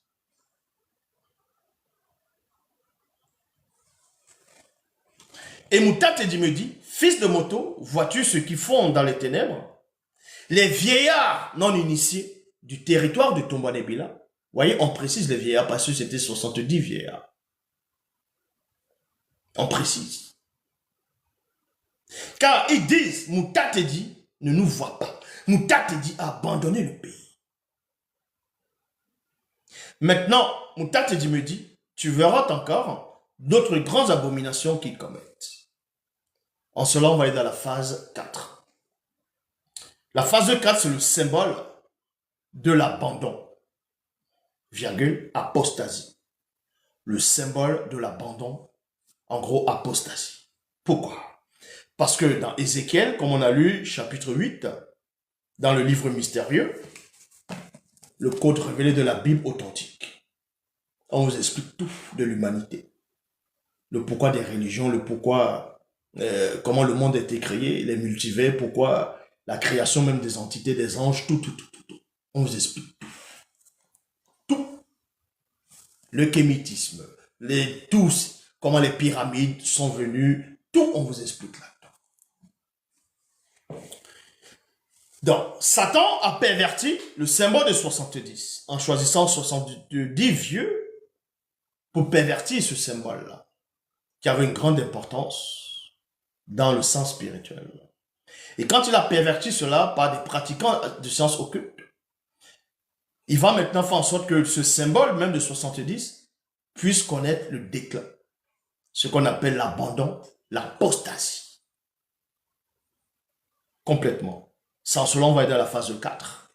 On va aller dans Koudoumane, chapitre 31, versets 70 à 77. Je répète, dans Koudoumane, chapitre 1, versets 70 à 77. Il est dit ici, plusieurs des non-initiés au nombre de 70 parmi les gens de la foule qui étaient devenus disciples, entre parenthèses, et non apôtres, qui avaient cru en Dieu qui savait, après l'avoir entendu dire, ce langage est dur à l'accepter. Qui voudra et qui peut continuer à l'écouter? Voyez? Donc, dans les Bibles actuelles classiques, quand on dit qu'il y avait des disciples qui ont abandonné Jésus, et en même temps, il y avait Jésus se retourne, il regarde ses apôtres, il dit, vous ne voulez pas vous en aller? On vous dit qu'il faut Pétre, Pierre. Il dit, mais où veux-tu qu'on aille? Tu entends les paroles de la vie éternelle. Ils ont juste récupéré Koudoumane chapitre 31, ils ont introduit ça dans les canons. Il fallait raconter ce dont ils ont envie de raconter.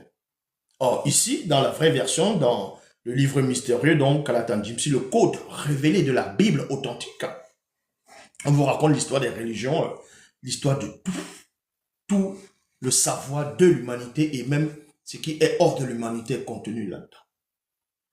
Dans les éditions zolola100.com. Vous pouvez aussi trouver Bible, la Bible authentique, pas d'erreur, pas de contradiction, pas de mensonge. Donc, c'est pour cela que, après que Satan, le Moudima Bobé, le mauvais esprit, ait perverti le symbole même du 70, des 70, et aussi par ce 70, il y aura l'apostasie, l'abandon. Dieu savait que le vrai Christ va venir dans le plan visible après qu'il s'est dépouillé.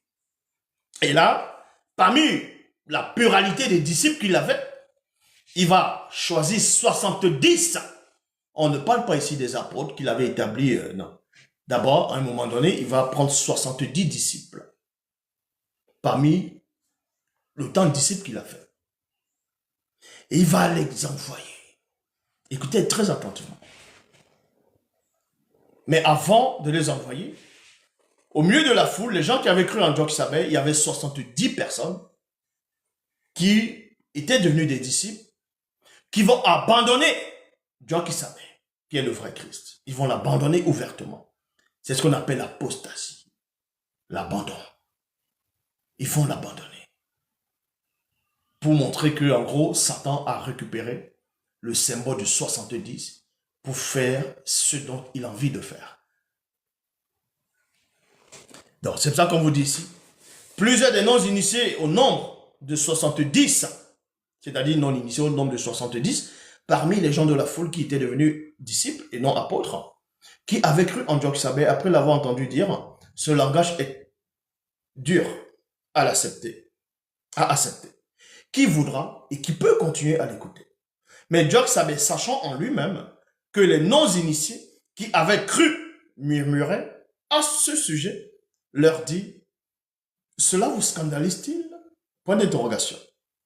Et si vous avec un M majuscule, me voyez être au-delà de la non-existence, où j'étais auparavant lors de ma première manifestation dans le non-visible, point d'interrogation.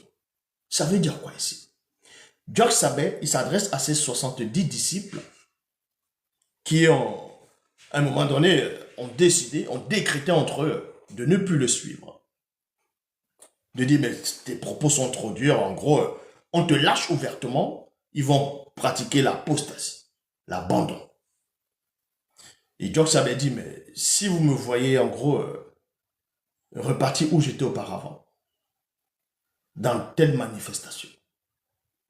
Mais quand il va parler de ça, ces disciples-là qui ont commencé à recevoir l'apostasie, non point les apôtres, ils vont entrer plus dans un état de confusion totale. Pourquoi? C'est pour ça qu'il est dit ici. Et si vous me voyez être au-delà de la non-existence, la non-existence c'est quoi? C'est l'absence de l'existence. C'est l'absence des multivers. C'est l'absence de la vie, tout simplement. C'est l'absence même de Yahvé, de toutes les divinités, peu importe ce que vous allez nommer. La non-existence, c'est l'absence, comme je dis, de l'existence. Il n'y a rien. Mais Job-Sabé révèle qu'il est au-delà de la non-existence. Parce qu'il n'a pas besoin d'exister. Il est hors de la non-existence. Il n'a pas besoin d'être vivant. Il est hors de la vie. Or, Jésus, dans les Bibles classiques, il dit à Dieu que Dieu a la vie en lui-même et qu'il a permis, en tout cas il s'adressait aux gens, il dit, quand il parle, que Dieu a la vie en lui-même, qu'il a permis que le Fils aussi puisse avoir la vie en soi-même, en lui-même. Or, Job-Sabé n'a pas besoin de la vie, il est hors de la vie, il est hors de l'existence. L'Oba qui est unique créateur n'a pas besoin d'avoir la vie en lui-même.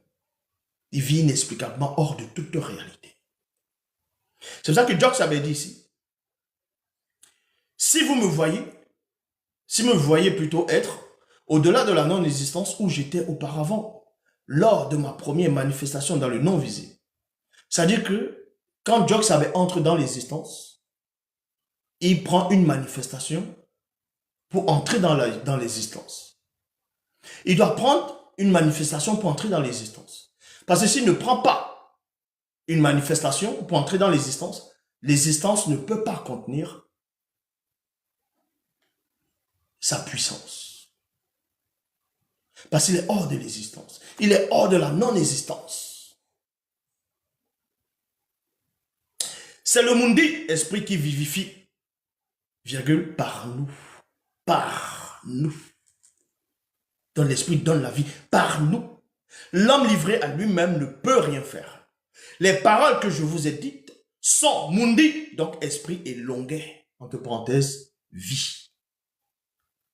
Mais il en est parmi vous quelques-uns qui ne croient point, car Job-Sabé savait dès le commencement qui étaient ceux qui renonceraient. Et oui, lui savait déjà qui c'est qui allait renoncer. On ne l'a pas pris par surprise. C'est même pour ça qu'il a posé la question aux autres apôtres. Et vous aussi, vous ne voulez pas vous en aller. Il savait que les apôtres n'allaient pas partir.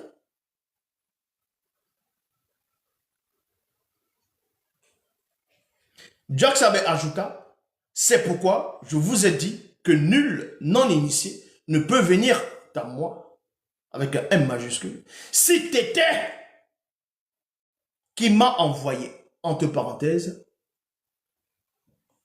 m'a envoyé est l'entité connue sous le nom de l'homme, qui permet aussi, pas et à ceux du visible, d'être conscient que t'étais, virgule, le deuxième et moi sommes hors de l'indicatif. Vous comprenez? Vous voyez comment c'est solide. Hors de l'indicatif.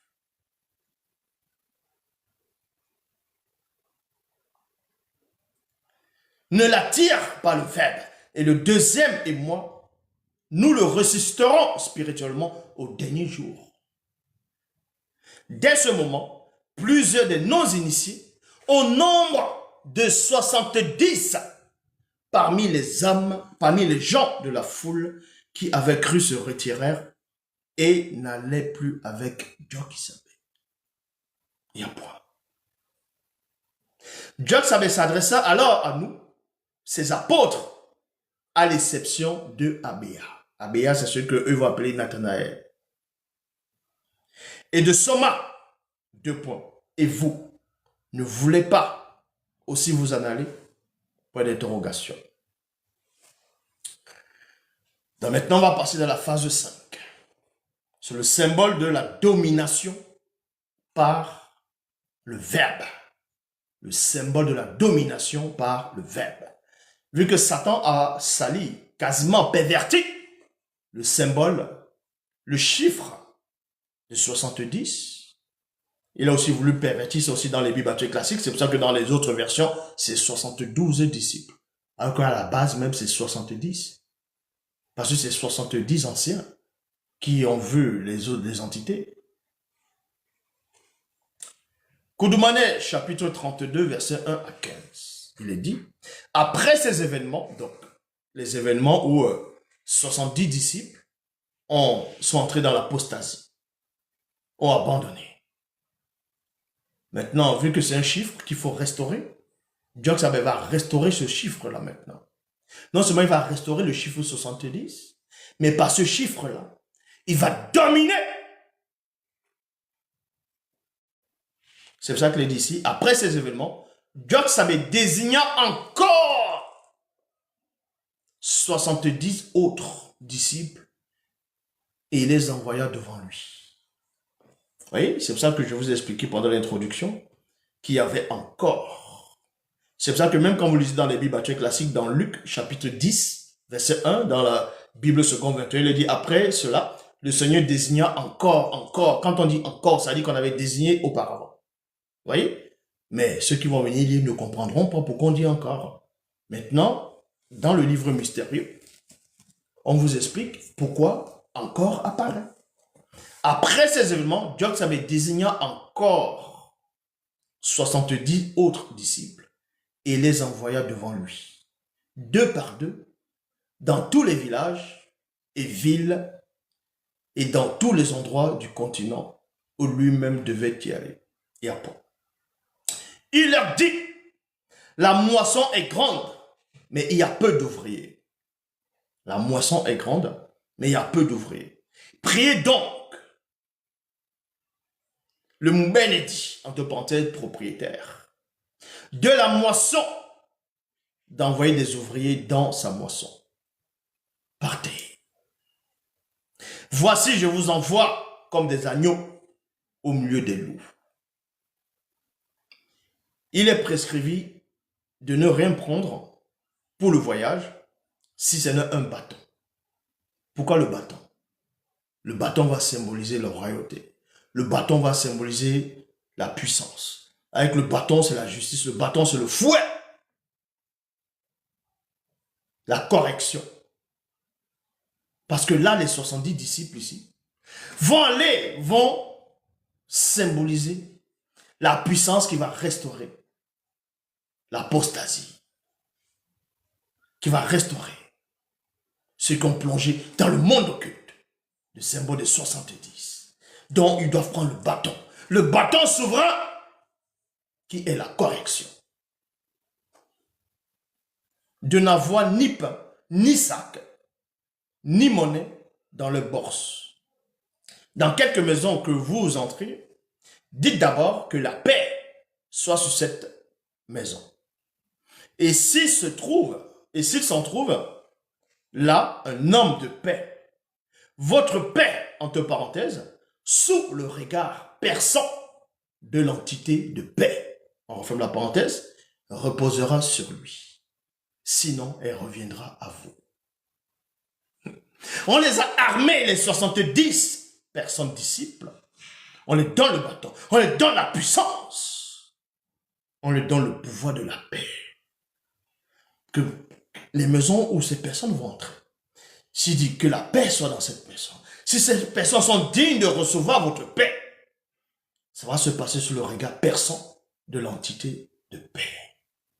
Et la paix va entrer. Mais s'ils ne sont pas dignes, cette paix va revenir en eux encore.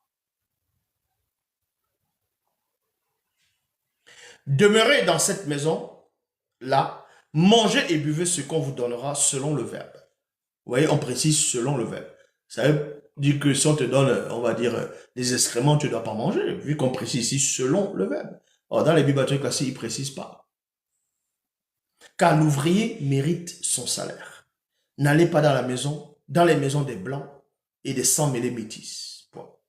Dans quelque ville que vous entrez, où l'on vous recevra, mangez ce qui sera présenté selon le verbe.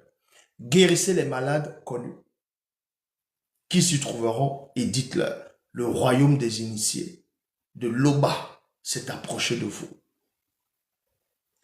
Mais dans quelque ville que vous entriez, où l'on ne vous recevra pas, allez dans ces rues et dites, nous secouons contre vous la poussière même de votre ville qui s'est attachée sur nos pieds. Sachez cependant que le royaume des initiés de l'Oba s'est approché. Je vous dis qu'au jour du jugement, les habitants de cette ville-là seront traités plus rigoureusement que ceux de Wéa et de Sépè. Donc, Wéa, c'est Sodome, Sépè. Celui qui vous écoute m'écoute. Et celui qui vous rejette, me rejette spirituellement. Et celui qui me rejette, rejette le verbe de celui qui m'a envoyé. Entre parenthèses, m'a envoyé, virgule, est l'entité connue sous le nom de l'homme qui permet aussi par Eyala à ceux du visible d'être conscients que Tété est l'unique créateur. Tété, vous ne pouvez le voir. Contrairement à Yahvé qu'on peut voir dans Ésaïe chapitre 6, verset 1.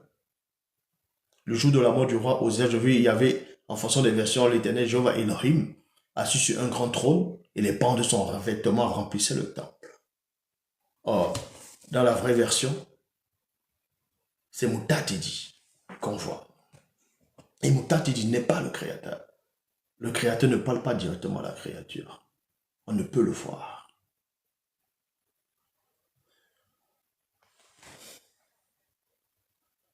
Que t'étais le deuxième et moi sommes hors de l'indicatif. Les 70 revinrent avec joie, disant, Mouledi. Mouledi qui veut dire maître. Donc les 70 disciples que Jacques a envoyés, c'était pour aller apporter la parole, purifier, et même la mission même que beaucoup ne peuvent voir, c'était de restaurer le symbole du 70, de récupérer le pouvoir perdu, de récupérer ce que Satan a estirpé, d'aller prendre cela. C'est pour ça qu'il les a armés, il les a donné la puissance. Est-ce que vous comprenez? Les 70 disciples, ce n'est pas 72, comme d'autres versions me font croire. C'est pour ça que quand ils sont allés en mission, ils ont combattu spirituellement. Ils ont récupéré la force. Ils ont récupéré ce que Satan avait estirpé. C'est pour ça qu'il est dit ici. Les 70, les 70 revinrent avec joie, disant, mon lady, les démons même, nous sommes soumis en ton nom, en ton nom, en ton nom. Joxabel leur dit, le deuxième et moi, voyons Satan, le maudit Bobo, le mauvais esprit, tomber d'une des demeures du non visible comme un éclair. Dans les Bibles classiques, ils vont prendre cela. Ils vont mettre dans l'évangile de Luc. Ils vont dire dans Luc 10, 18. Jésus leur dit, je voyais Satan tomber du ciel comme un éclair. En quel moment il a vu Satan tomber du ciel comme un éclair? Il faut la précision. C'est quel passage qui montre où Jésus est en train de voir Satan tomber du ciel comme un éclair? Or, la vraie version c'est ici. Joxabel dit, le deuxième et moi, voyons Satan, le mauvais esprit, tomber d'une des demeures du non visible comme un éclair. Et on va voir cela. Apocalypse chapitre 12, verset 21, dans le livre mystérieux, bien entendu.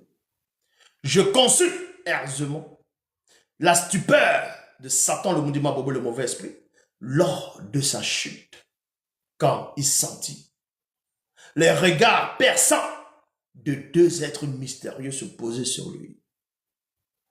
Dans l'Akisabé, qui a écrit Apocalypse, dont eux vous allez appeler Johanna, Jean. Ils ont usurpé la vraie histoire de l'Akisabé qui était un noir. Lui dit que pendant la chute de Satan, lui va confirmer qu'il a conçu aisément la stupeur de Mundima Bobé, donc on va appeler Satan. Lors de sa chute, quand il, c'est-à-dire Satan, a senti les regards perçants, oui, les regards perçants des deux êtres mystérieux qui sont posés sur lui. C'est ce que Joxabel a expliqué, étant sur la terre. On va dans Démonologie, chapitre 1, verset 905. Démonologie, chapitre 1, verset 905, il est dit. Lors de la chute, en parlant de...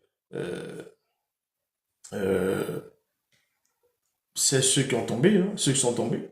Une terrifiante frayeur et une terreur s'empara de Satan, le mauvais esprit, car ils sentirent sans voir les regards perçants et perforants des deux manifestés avant la non-existence se poser sur lui. Et là, vous venez, vous parlez de Satan. Vous dites, je cherche Satan, je t'envoie dans les lieux arides. Vous savez qui est Satan? Vous savez qui est le Mundima Bobé, le mauvais esprit? Il vient vous avoir, il passe séduit mystiquement par des démons ou d'autres personnes en disant de ne pas croire à son existence, de ne pas croire à l'existence des démons ainsi de suite. Et pour d'autres, il prend une autre apparence, il vient vous tromper. Non. Il faut comprendre ces choses-là. Il faut comprendre ces choses-là. Nous sommes au-delà de la haute fréquence. Donc, on va aller dans Koudoumane chapitre 32, versets 16 à 21. Voici, je vous ai donné le pouvoir. Il s'adresse ici à ces 70 disciples qu'il avait envoyés. Maintenant, il y a des chrétiens qui vont dire, Jésus a dit. Ils vont dire, Seigneur, tu as dit dans ta parole que voici, tu nous as donné le pouvoir de marcher sur les serpents, sur les scorpions, sur toute puissance de l'ennemi, rien ne pourra vous nuire. Donc quand il parlait, tu étais là. Il s'adressait à qui? Il ne s'adressait pas à vous. Il faut mettre les choses dans les contextes. C'est Dieu qui savait, donc, qui s'adressait à ses 70 disciples. Parce qu'eux, ils sont revenus, ils ont dit, même les démons sont soumis à ton nom. Et c'est là où il explique d'abord, ben, c'est logique en gros, le maître, je l'ai vu chuter. Le deuxième et moi, on l'a vu chuter. Et nos regards sont perçants. Il terre sur lui.